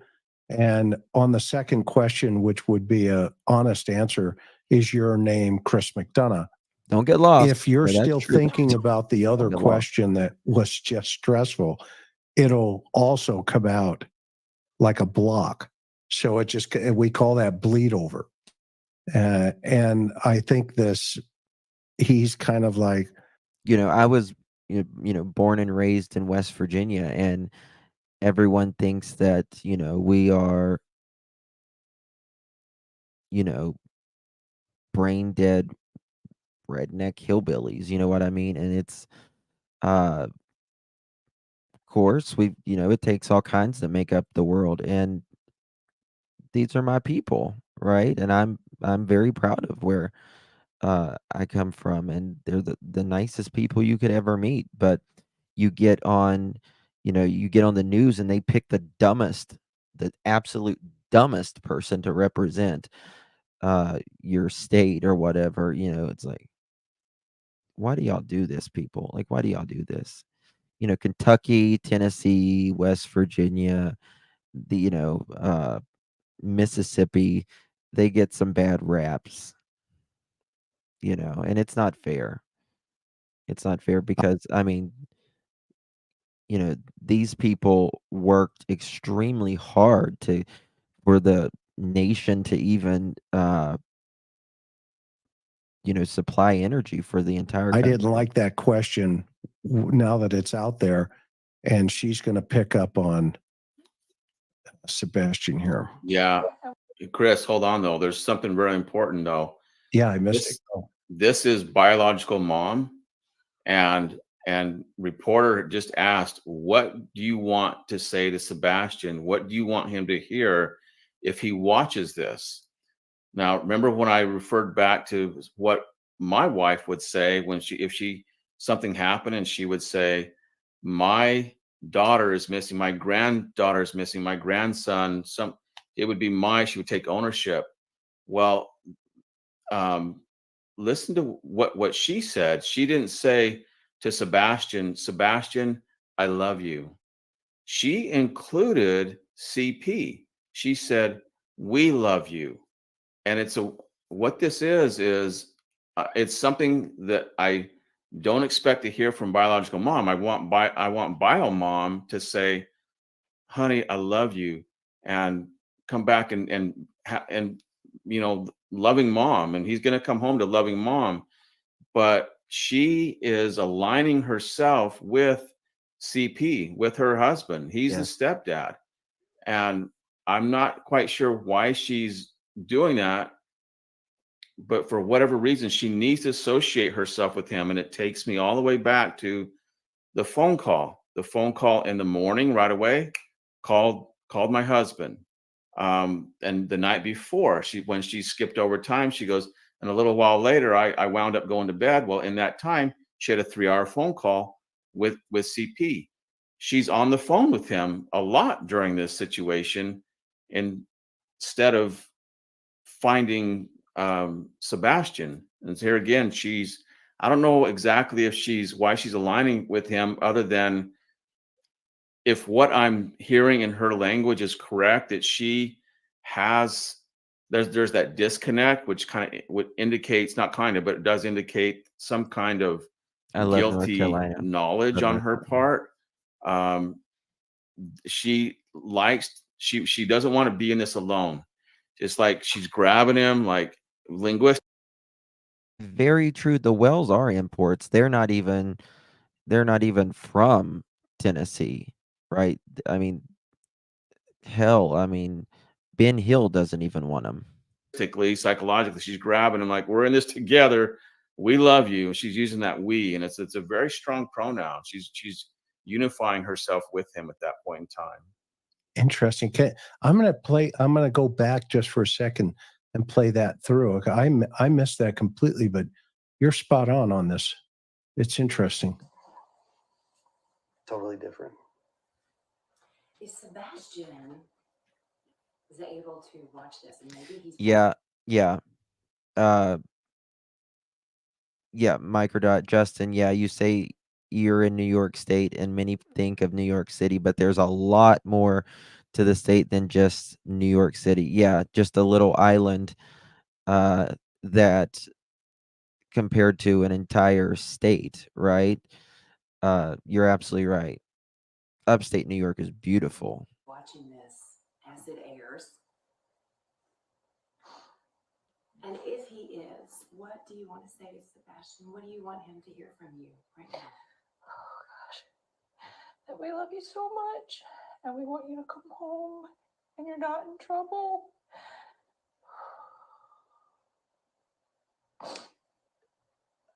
I guarantee you he is loved. And trust me, the open arms are waiting for him to come home. From every parent to every family members to probably everyone in the community. But there's no malice, so we just want our boy home. Huh.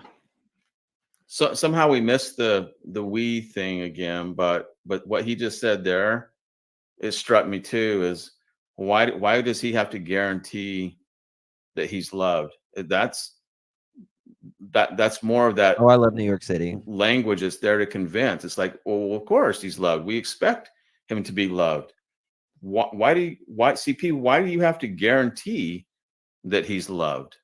That's just all that does is it begs the question, Yes, Kim. is he really not loved? That you now have to go out of your way and exert this energy and the words to convince us that he's loved? To me, it's an indication of something that I would hear from parents that are That's right, Hollywood. either Good to see you. abusive or neglectful, or a parent that is abusive or Well, thank you, Julie. Welcome. Appreciate you coming here. You're always welcome. Thank you so much, my dear. neglectful. It came out of his mouth. So it's, I'm just thinking that, I don't think that he really Nashville's very loves expensive. Sebastian. I guarantee that he's loved. For me, it screams out, oh, there's a good chance that he's not loved. And on top of that, everything that came before this, Chris, him portraying himself as the good guy, mom being in self-preservation mode, portraying herself as a good mom. This all is leading towards it's stacking and shaping into the language of parents that are either neglectful or abusive. Yeah, remember in high school where you'd go, yeah, Thanks, sure. Chloe. Welcome. Right. I love that part where this is such a serious question about what do you want if he's listening, and the response is, I love this part. Hang on. Yeah, it's no sense. I'm going to go back a little bit more real fast. Do is ask, I'll tell you. But because of that, it has nothing to do with our son. It has nothing to do with the situation. The old, what was the movie where, so there's a chance then with, what's it saying? Dumb and Dumber. Oh, so, right. Yeah. What are the odds if we can go out? Right? 0. So there's a chance. I just people would respect that and then keep an open mind. It's totally different. If Sebastian is able to watch this, and maybe he's watching this as it airs, and if he is, what do you want to say to Sebastian? What do you want him to hear from you right now?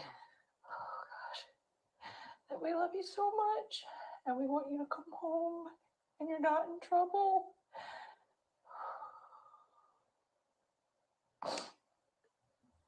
I guarantee you he is loved. And trust me, the open arms are waiting for him to come home. Yeah, I miss that. Every parent to every family members to probably everyone in the community. But there's no malice, so we just want our boy. I mean, why such the qualification, Steve? I mean, love, malice, you're not in trouble. I mean, those are 3 negatives. Yeah. To something he's asked about a positive. What do you want him to hear? Okay. And she gives 3 negatives. You're not in trouble, et cetera, et cetera. What's your take on that? Is that's what you were saying a couple of minutes? Exactly what I was saying. And it's more indicative of abuse, abusing Sebastian in some way. And be thinking also in those terms. They brought up, I guess this is the second time now, Malice. and I Who uses malice towards a kid? Who does that? Spirit. Thank you, my love.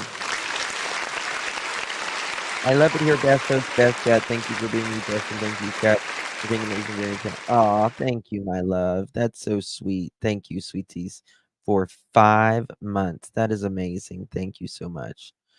You're not in trouble implies there was a big issue that night, in my opinion. I agree. Yeah. Who says that? Only only Professor Proudfoot, right, Wes? Right.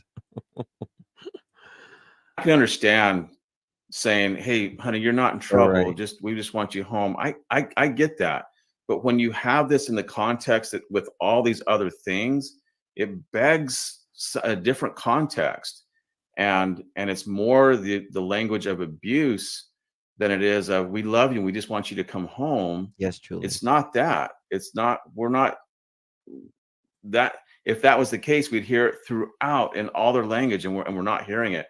What we're hearing is no. Yep. All these other things that are coming up, and for me, as I'm hearing the context of this, it's like, wait a minute, did he get in trouble? Did he do something he wasn't supposed to do? And there's some kind of malice, and there's was there some kind of abusive situation that went on? Which I could see that would be why Sebastian might run, why they might know, because in their head it's like they know he went out that door. Was he Soldier girl, honey? We were meant to stand out. Come on, let's go. We'll go fishing. We were meant to stand out. Me and my friend Aaron, we went to this country bumpkin Walmart. It was like in the middle of nowhere one time.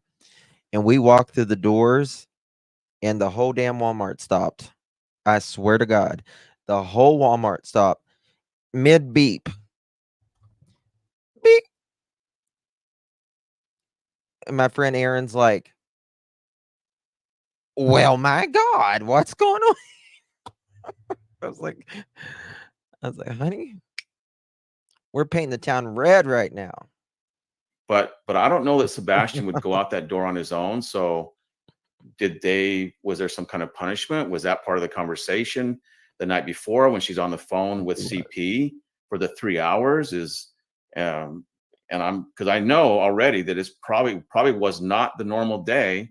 She doesn't remember those. She can't articulate linguistically what happened during that normal day. All those things that you would remember, the last moments, she can't articulate those things. Why? Because she doesn't. They're the things that it's opposite of a loving situation, the opposite of a normal day. Instead, she's trying to convince that it was. And so I'm wondering now, was there some kind of the CP tell her, hey, do this to quell the situation, make him behave? And I don't know. It's just pure speculation at my point on my part at this point. But that certainly could be a reason for Sebastian leaving. It's if there was something abusive going on there. And when I say abusive, I mean, I don't know, there's different levels of abuse. And for a child with autism, it might only take a minor incident of abuse that makes him think, hey, I'm not staying here. I'm, to be afraid enough that he goes out the door despite. But I don't think in my mind, as I say that, I'm like, no, I don't think he would do that because he's afraid of the dark. He doesn't like being dirty. He's going out without his shoes. He's afraid of bugs. That doesn't make sense. So if he went out the door Exactly. He's afraid of bugs. He doesn't like nature. Right. He's got sensory issues to begin with. So you're saying he's not a nature person. He doesn't like bugs, right? Sensory issues. He didn't take a coat. He didn't take shoes. He left in the middle of the night between the hours of 12 and 6. There's not a footprint. There's not a scent. There is nothing on camera, and there is no trace of him. That is 10 things that I just mentioned off the top of my head that goes against him going outside. And tell me one reason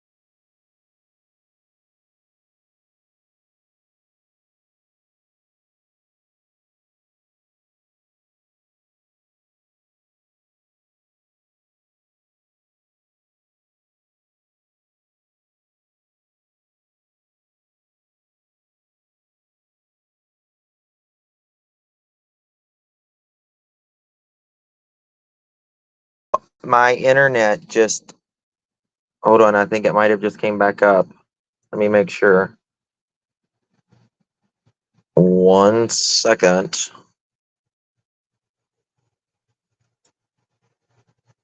Bear with me. Let me see if I can get it. I've been having horrible storms here, so that might be what it is. 1 second. I'm on my phone at the moment. I'm trying to get it up on my computer.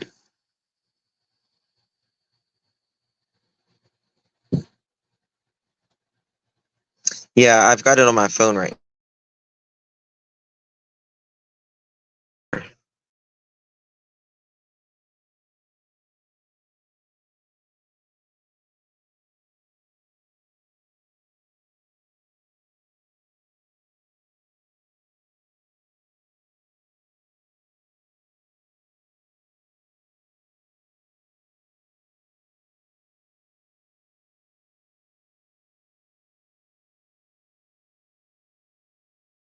trying to fix it.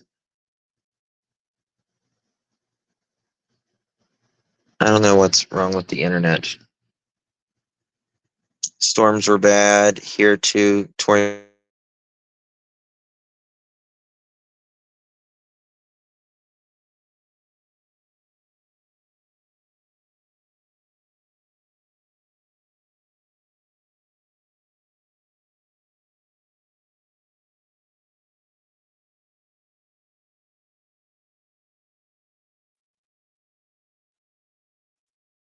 Okay.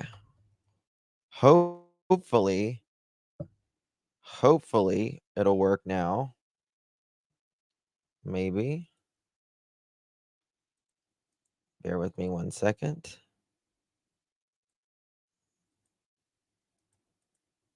Okay.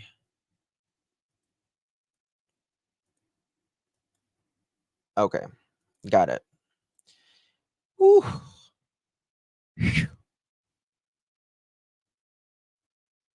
Sounds good. And I'm pretty certain it happened at night, not in the morning. It was night. When Yes, she's the saying he told pearls. me he loved me, that's probably the time that he went out that door. Whether she put him out the door to make him learn a lesson or what, I'm not quite sure. But Thank you so much, Heidi, for that. I appreciate it. Thank you, lovely. Thank you, love you, long time. Can you imagine what Steve would be saying had he seen all the other interviews? And that's the thing, like, I'm back with snacks. Yeah. So, I really wanted him to see the one with Olivia because I think that one tells a lot. And also the one with Nancy Grace whenever he starts talking about, or when Katie starts talking about the thud. Tomorrow, we're going to go back to our masterclass on and the deep dive on what they said in every interview because I'm creating the things of what they said in this interview, what they said in this interview, what they said in this interview, and then I'm going to do a video and a spreadsheet. I'm putting it into a program. So we're going to be doing that tomorrow.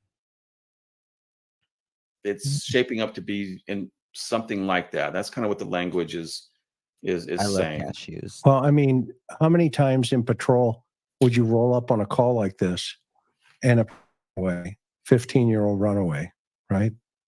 And you get there, and the first thing you hear the parents or the mother say is, we got in a fight last night. Tomorrow it'll probably be 1 or 2-ish. Oh my!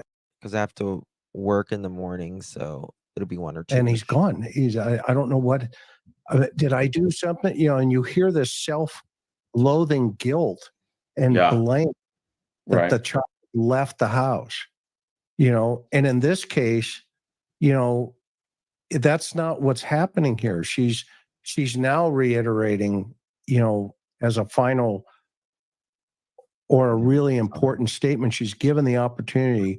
What do you want him to hear? And she relays these 3 negatives. You're, this and that, and you're not in trouble. And it's like, man, I hope TBI, I really hope that she said to TBI in the very beginning, like we just talked about there for a moment, that, hey, at 10 o'clock, I heard a thump. I went to check him at 6 a.m. yada yada. And I'm not going to give them any more clues because they're going to adapt to it after this call here or this show here this evening. I know they will, and that's the norm. And also the other thing too is you mentioned that she heard a thump at 10 p.m.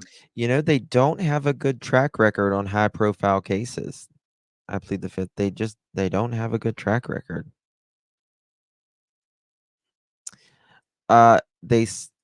Chris and Katie said that it couldn't have been a different door because the door would have been closer to Katie in Chris's room, really. But they said it couldn't have been a different door. They were loud, or the other doors were loud, or they were locked It's a certain way. interesting because it's very, very common for a guilty mind to incorporate some portion of the crime and to put themselves Yeah. at the scene, to put themselves on the road, to put themselves to they heard that, and it's more times than not, it's something that was spoken Maybe or 5. heard, but or seen. I'm sorry, seen or heard, and this is the she heard something, and I can't tell you. That's a good question. Is it normal for a police department to have a gag order on a missing child's case? How many I don't times know. that a guilty mind has linguistically then put themselves I don't think it's in normal. the moment of the crime by saying, I heard something or I saw something. Yeah. So I think that that's what's going on there. That 10 o'clock time frame is, I think, going to be pretty key. You know, I'm leaning more towards, I'm not going to give an opinion yet, but I'm leaning more towards the mom than the stepdad here for a moment.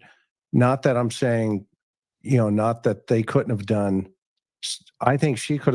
I mean, I think the pressure needs to go on Katie, to be honest with you. And I think Katie needs to be the one that is out there answering the questions. I don't think it needs to be Chris, because Chris says he wasn't home.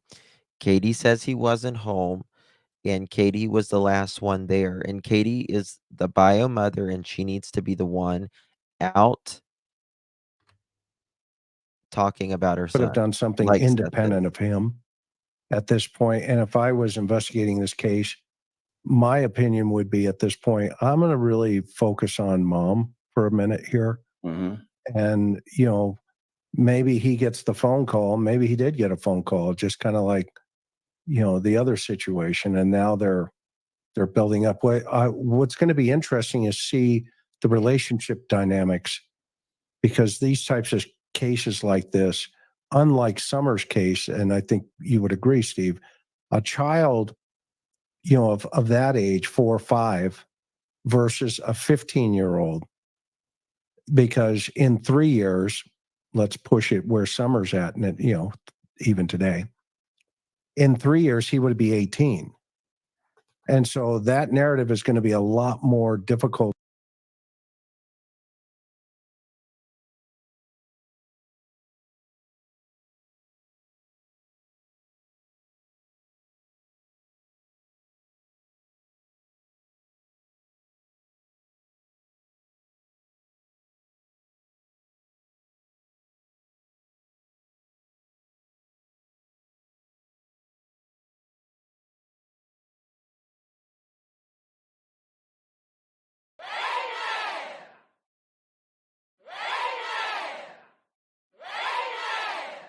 He needs some milk.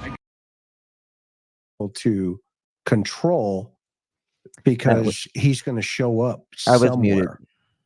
somewhere. I was going to say that we always have an amen in our pocket.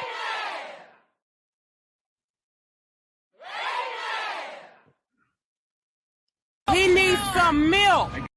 Amen. In the environment, social, whatever. Because once he hits 18, That's the right. law says you're an adult. So they only have 3 years to Only play one today. a game if they're going to play a game. Yeah. Okay. And they need to be thinking about that, because that's going to determine how much pressure is going to be on the two of them for the next 3 years in terms of their relationship. If they split, I'd go right to Chris and say, let's talk. Let's talk. Yeah, Yep. that would be the best Deal. thing for this A case, deal. actually. But I agree with Yes. you that. What do and y'all think about that? What do y'all think about that? What if Katie and Chris split? What if they split?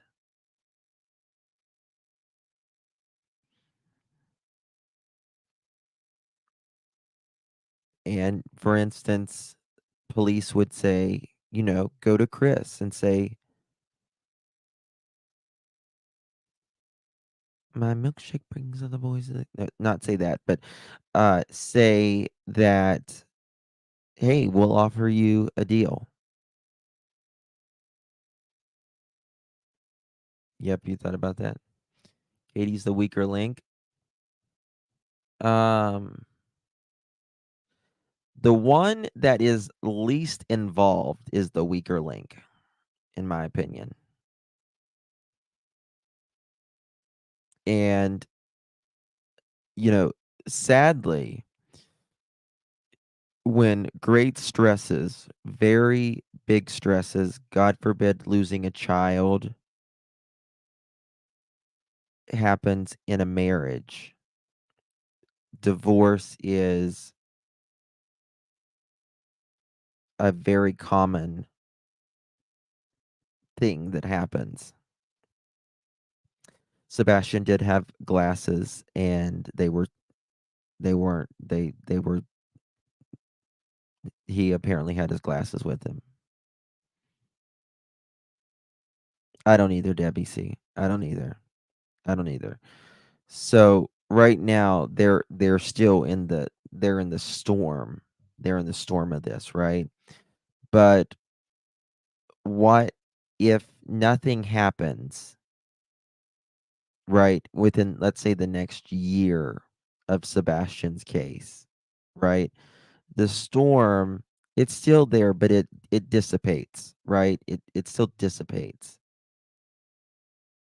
Well, but the wells are a little different. The wells are a little different, right?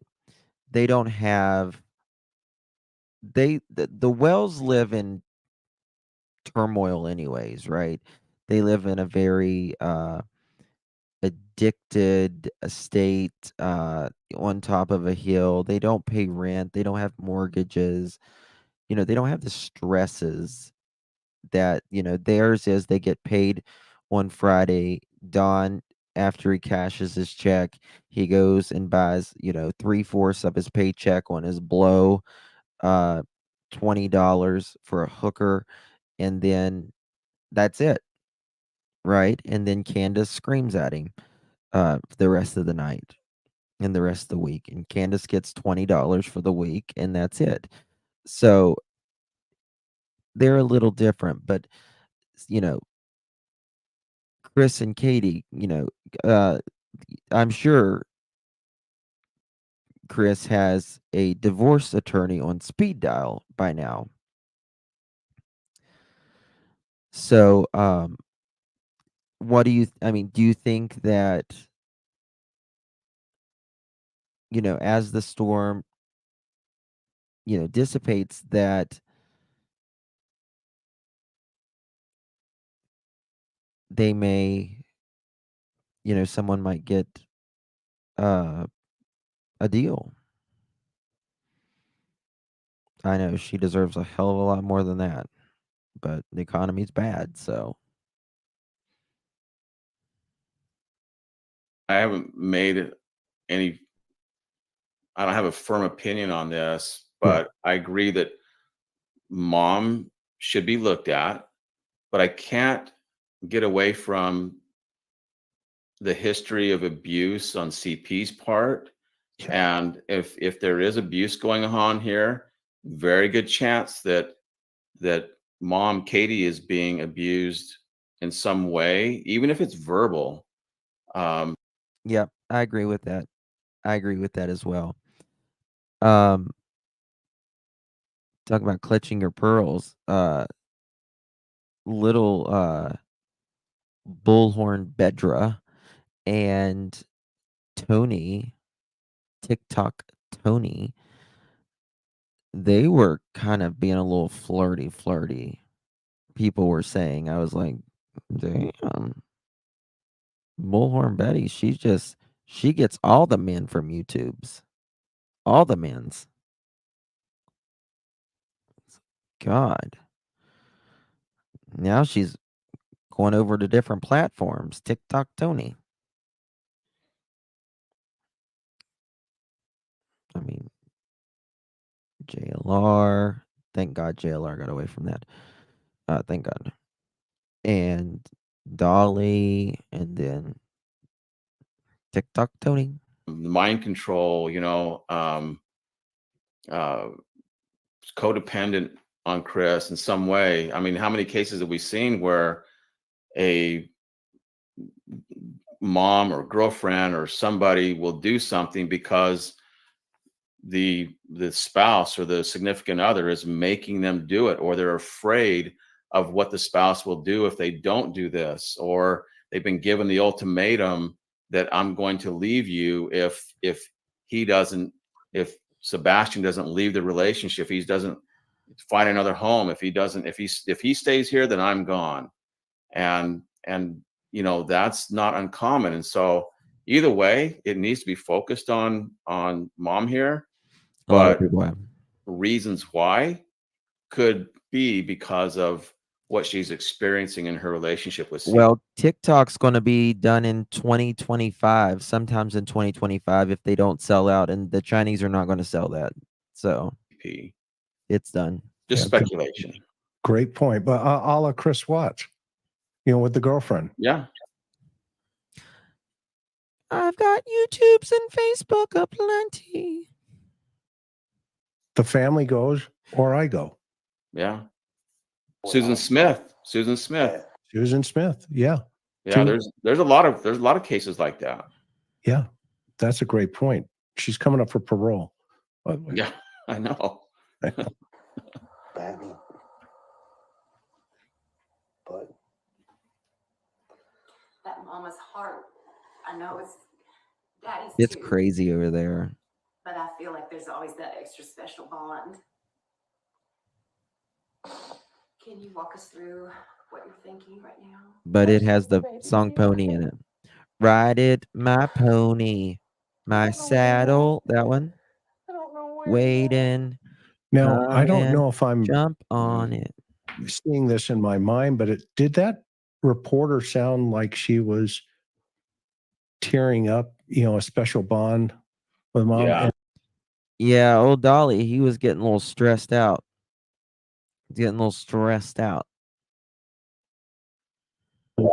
And is that going to be an emotional mirroring, that Katie's going to pick up on here? Well, it could be. I mean, there's definitely cannot take that off the table, and that certainly is. It kind of depends on Katie's personality. Is she one that tears up easily? Does she, when she feels emotion, does she tear up? I mean, I know people that don't tear up to save their life, never. But yet can be very express emotion, but you don't see it in them. So it could be. It kind of just depends on her personality there. But along those lines and what she just said, interesting that why did she choose the word out of all the things that she could have said at that point in time?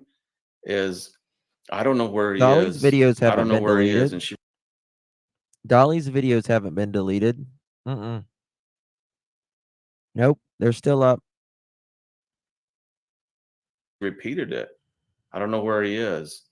Thank you, Lucid. I have a couple other cases They're that still I up. often profile in my classes where that same verbiage was used, and one in particular by a fiance, a guy that killed his fiance. She was pregnant with his baby, and he was asked in a press conference, describe your last moments with your fiance, and he said, he paused for a long period of time, and he said, I don't know where she is. Just like, it's like the telltale. Hold on, I want to show y'all this. I haven't showed this yet. I don't think I've shown this yet. I'm pretty sure I haven't shown this yet.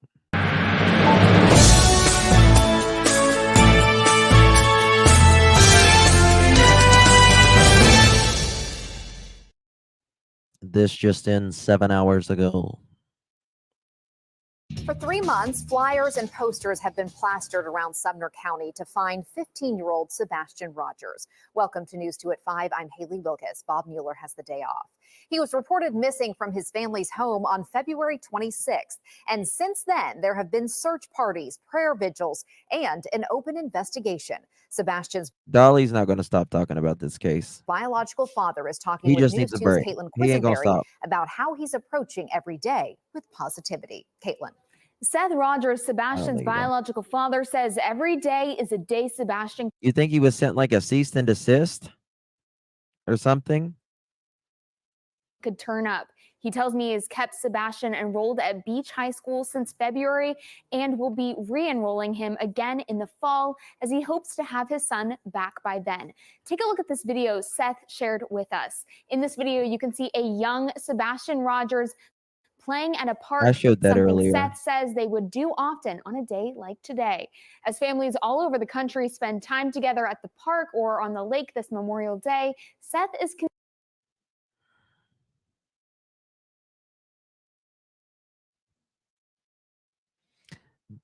Why did it stop that? Let me read you something.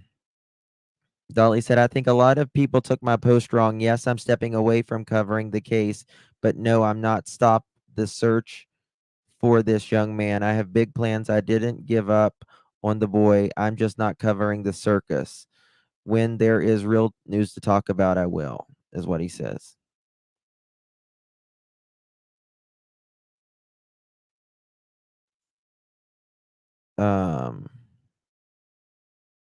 Guys, we are stepping away from the Sebastian Rogers case. It's turned into a full-blown clown show. We don't want no part of it. We will only bring him up when there's news to talk about. So many people turn this case into a joke.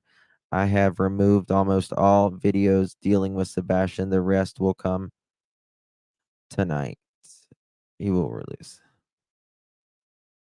continuing to search for his son by mapping out possible search routes. He says this week he will search the area for his son with a close group of people. The Sumner County Sheriff's Office has continued to investigate, saying last Monday that, quote, we have been working closely with various law enforcement partners, including the FBI, since the start of this case. Seth tells me as the search continues for now 91 days, he will not allow this to become a cold case. When people stop looking, when people lose faith, it becomes a cold case. And I'm not going to lose faith. I think everybody is helping keep the faith, keep the prayer strong.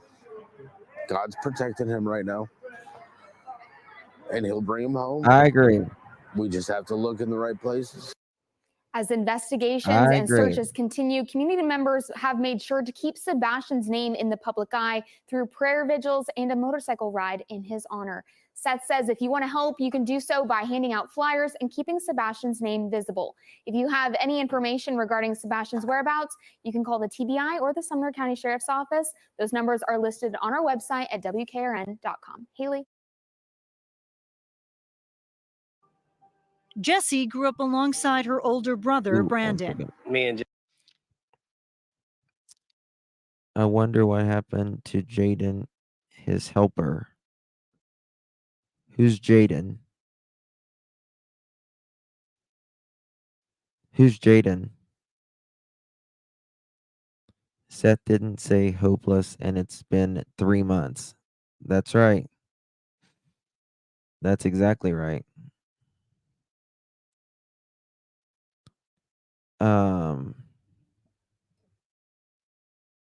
If Sebastian is okay, he has to be with someone. I think that is a very, very unlikely thing.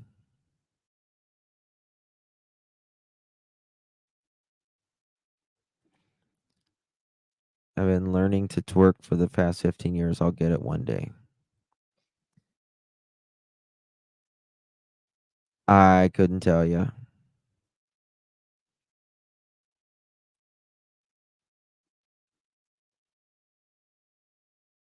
Perhaps. Oh, Seth's friend? I don't know. Oh, Seth's friend. What? maybe CP was threatening to sue him like more. I don't know. I wonder if Dolly has found, seen, been told something.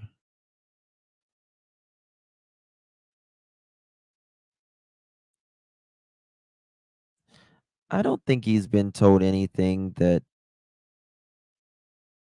Heels did pass away. Probably someone's continuing her channel.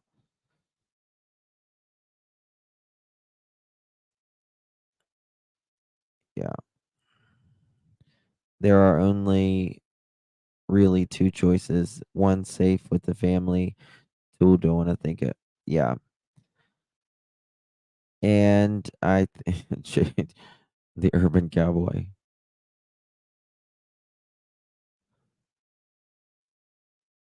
CP is just like the Wells. No way he wants it. Yeah. But guys, we're at 90 days. 90 days. People are being silenced. I mean, Dolly, Chris the other day was on, was it Queen Bees the other day? And, I think he was upset about the soap and stuff like that. So he may have gotten something like that. I'm curious if you've happened to have heard about the case I've been working on for 2.5 years. What's that, Bettina? I got a tick bite the other day. It swelled up. My son freaked out. I have never had this kind of reaction. It's better today, just itchy. Okay. Please go to the doctor. Please go to the doctor. They'll give you antibiotics and you'll be fine. You wait around and you're fucked. Please go get some antibiotics. It can, but from what I don't watch Dolly, but from what I understand, like Dolly was being pretty hard.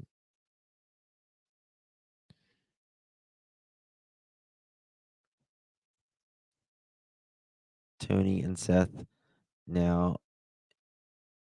Betty and T-Rex. I don't know. It's just it's really this case has been crazy. You've got people losing their mind in this case, and then you've got people calling in to shows to drum up hysteria. And it's just crazy. It's just absolutely crazy. I mean, God help them on the day of judgment. That's all I got to say. Doing that over a missing child's case, you're going to hell. You are directly going to hell.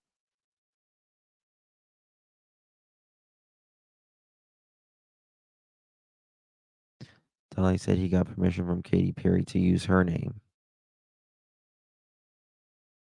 Katy Perry to use her name? I'm not sure Katy Perry would. She probably wants a cut. Queens on her over.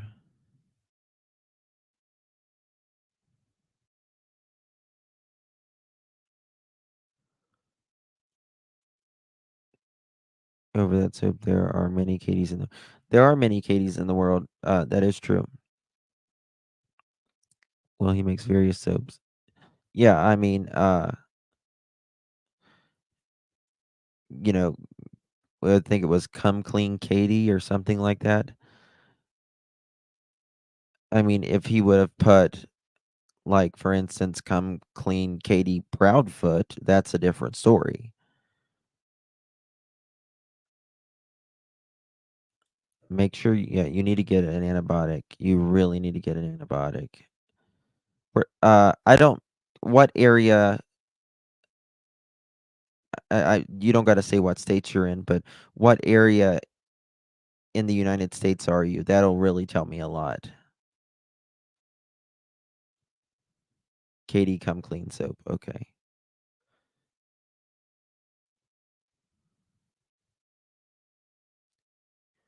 Oh, it could have been Katy Perry. He didn't actually mean Katy Perry. Okay. There is only one. There's only one created that I find despicable. I mean, I try to get along with everybody. You know what I mean? Even if I don't agree with them, I just don't. I don't bother anybody. You know. He's knocking on. There is no case here against Ali. It's just scare tactics. Yeah, I'll thank you, Valentine. I mean, you know, it could be scare tactics, but also, you know, it's attorneys are expensive. Well, I mean, if you know, people call me what they want to call me. Go for it, whatever. But I know what I'm here for, and that's why, like, honestly, if we're actually here for the kids, why are we worried about why are we so worried about what other channels do? Right? Do your thing or scroll. Simple.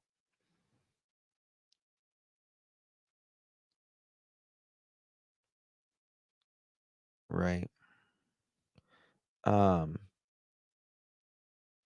you know, we don't have to like each other. We don't have to love each other as but you know, just be a decent human being and remember and Chris Proudfoot is right. Remember what you're here for. And that's just that. Um I'm trying to see where Chai said, Chai, where did you say what part of the United States you're in? I was trying to look for that.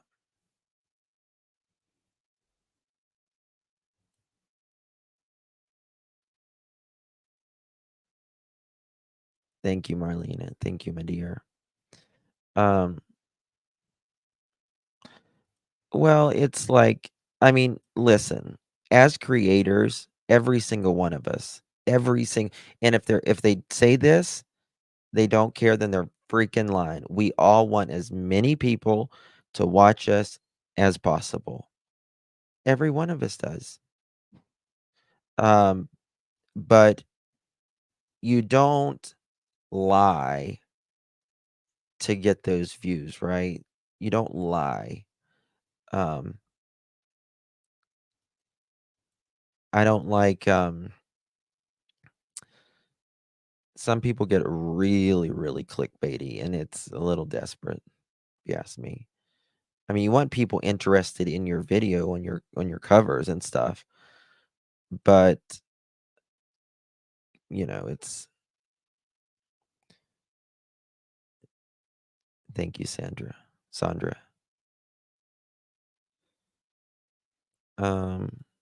I mean, I've worked with Dolly, you know, out and about before.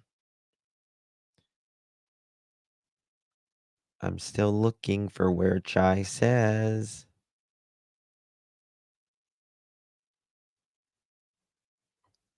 Chai, did you say what part of the United States you live in?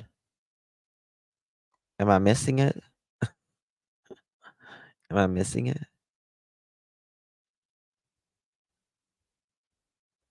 Maybe I'm missing it. I don't know. Well, this neighbor I have upset. I mean, when we have as YouTubers, it is a very big learning curve for all of us. Whenever we start and maybe hang around some people that we might not have should have. Um, and maybe we've done some things that maybe we shouldn't have, right? Um, but I think after, you know, a year or two, you should have that stuff ironed out pretty good.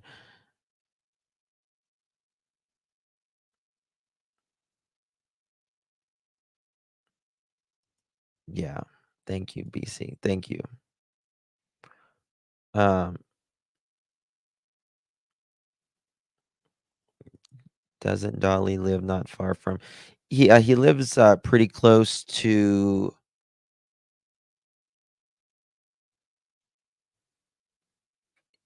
Katie's mother. I've been trying to build a YouTube channel, but I'm too nervous to branch out. Well, I mean, you just have to put yourself out there. You just have to put yourself out there, and um, you know, as if you go live, you're going to be criticized a lot more, and you're out there. If you make just videos, you won't grow as fast, but the criticism is not near as bad. So if you're okay with uh, people criticizing you for uh, everything, you gotta have a tough skin. You gotta have tough skin. Um, back when you were buddies with Buller, Betty, and Dolly, I unsubbed, but now, thank you, Osmond. Yeah, I mean, I was with JLR and myself, uh, and Olivia was with some people that probably wasn't the best for our personality type. And I don't have any hate or anything toward them, but they probably weren't the best for our personality. And all of us got away from that, and all of us grew once we got away from that. So,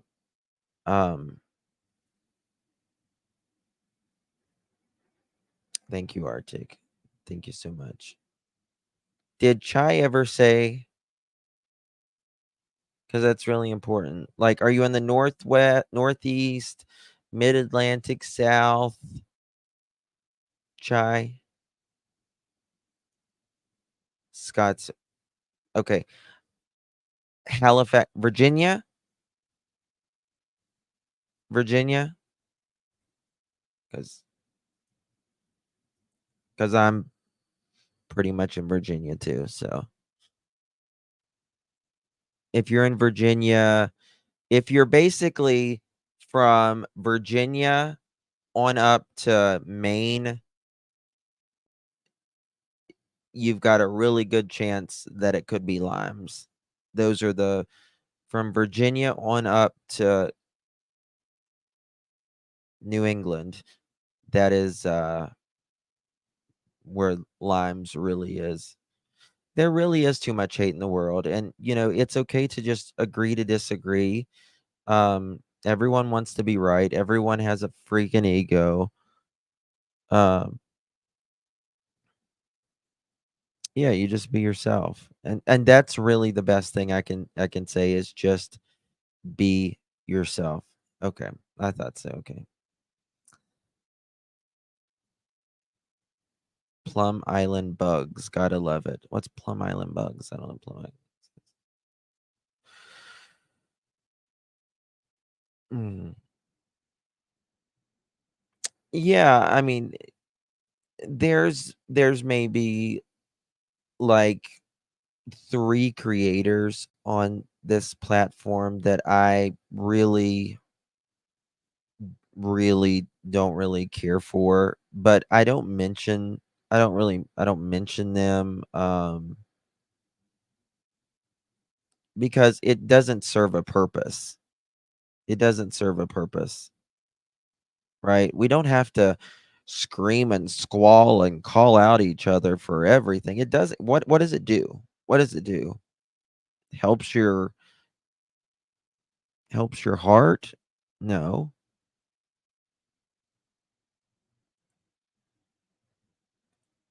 The source of Lyme disease. Oh.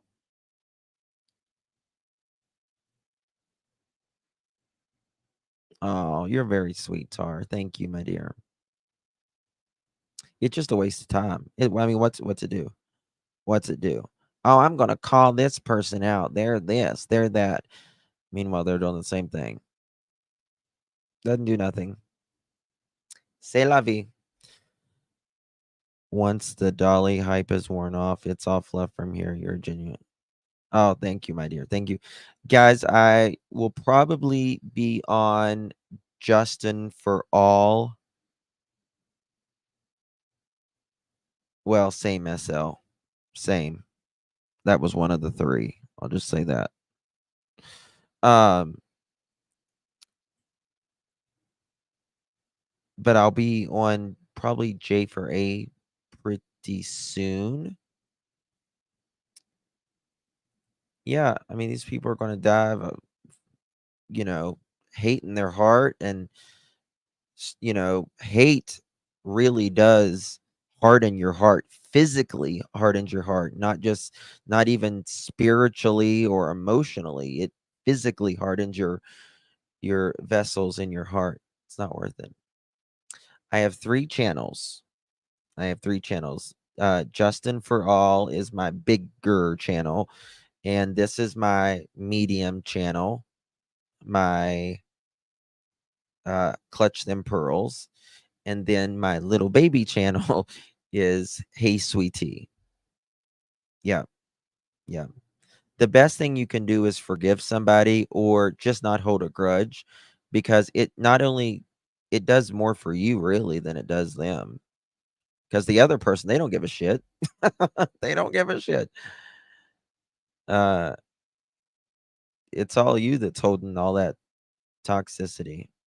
Thank you, Rach. Yeah, this is my J for A channel. This is my bigger channel. This is my baby channel. And I'll probably start being on Justin for All pretty soon. But just make sure you're subscribed. Because, I mean, I'll let people know. I'll go live on both of them at the same time. Yep, going with life. That's exactly right. Guys, I love you so much. Appreciate you. I'll be live tomorrow, probably 1, 2, 3-ish.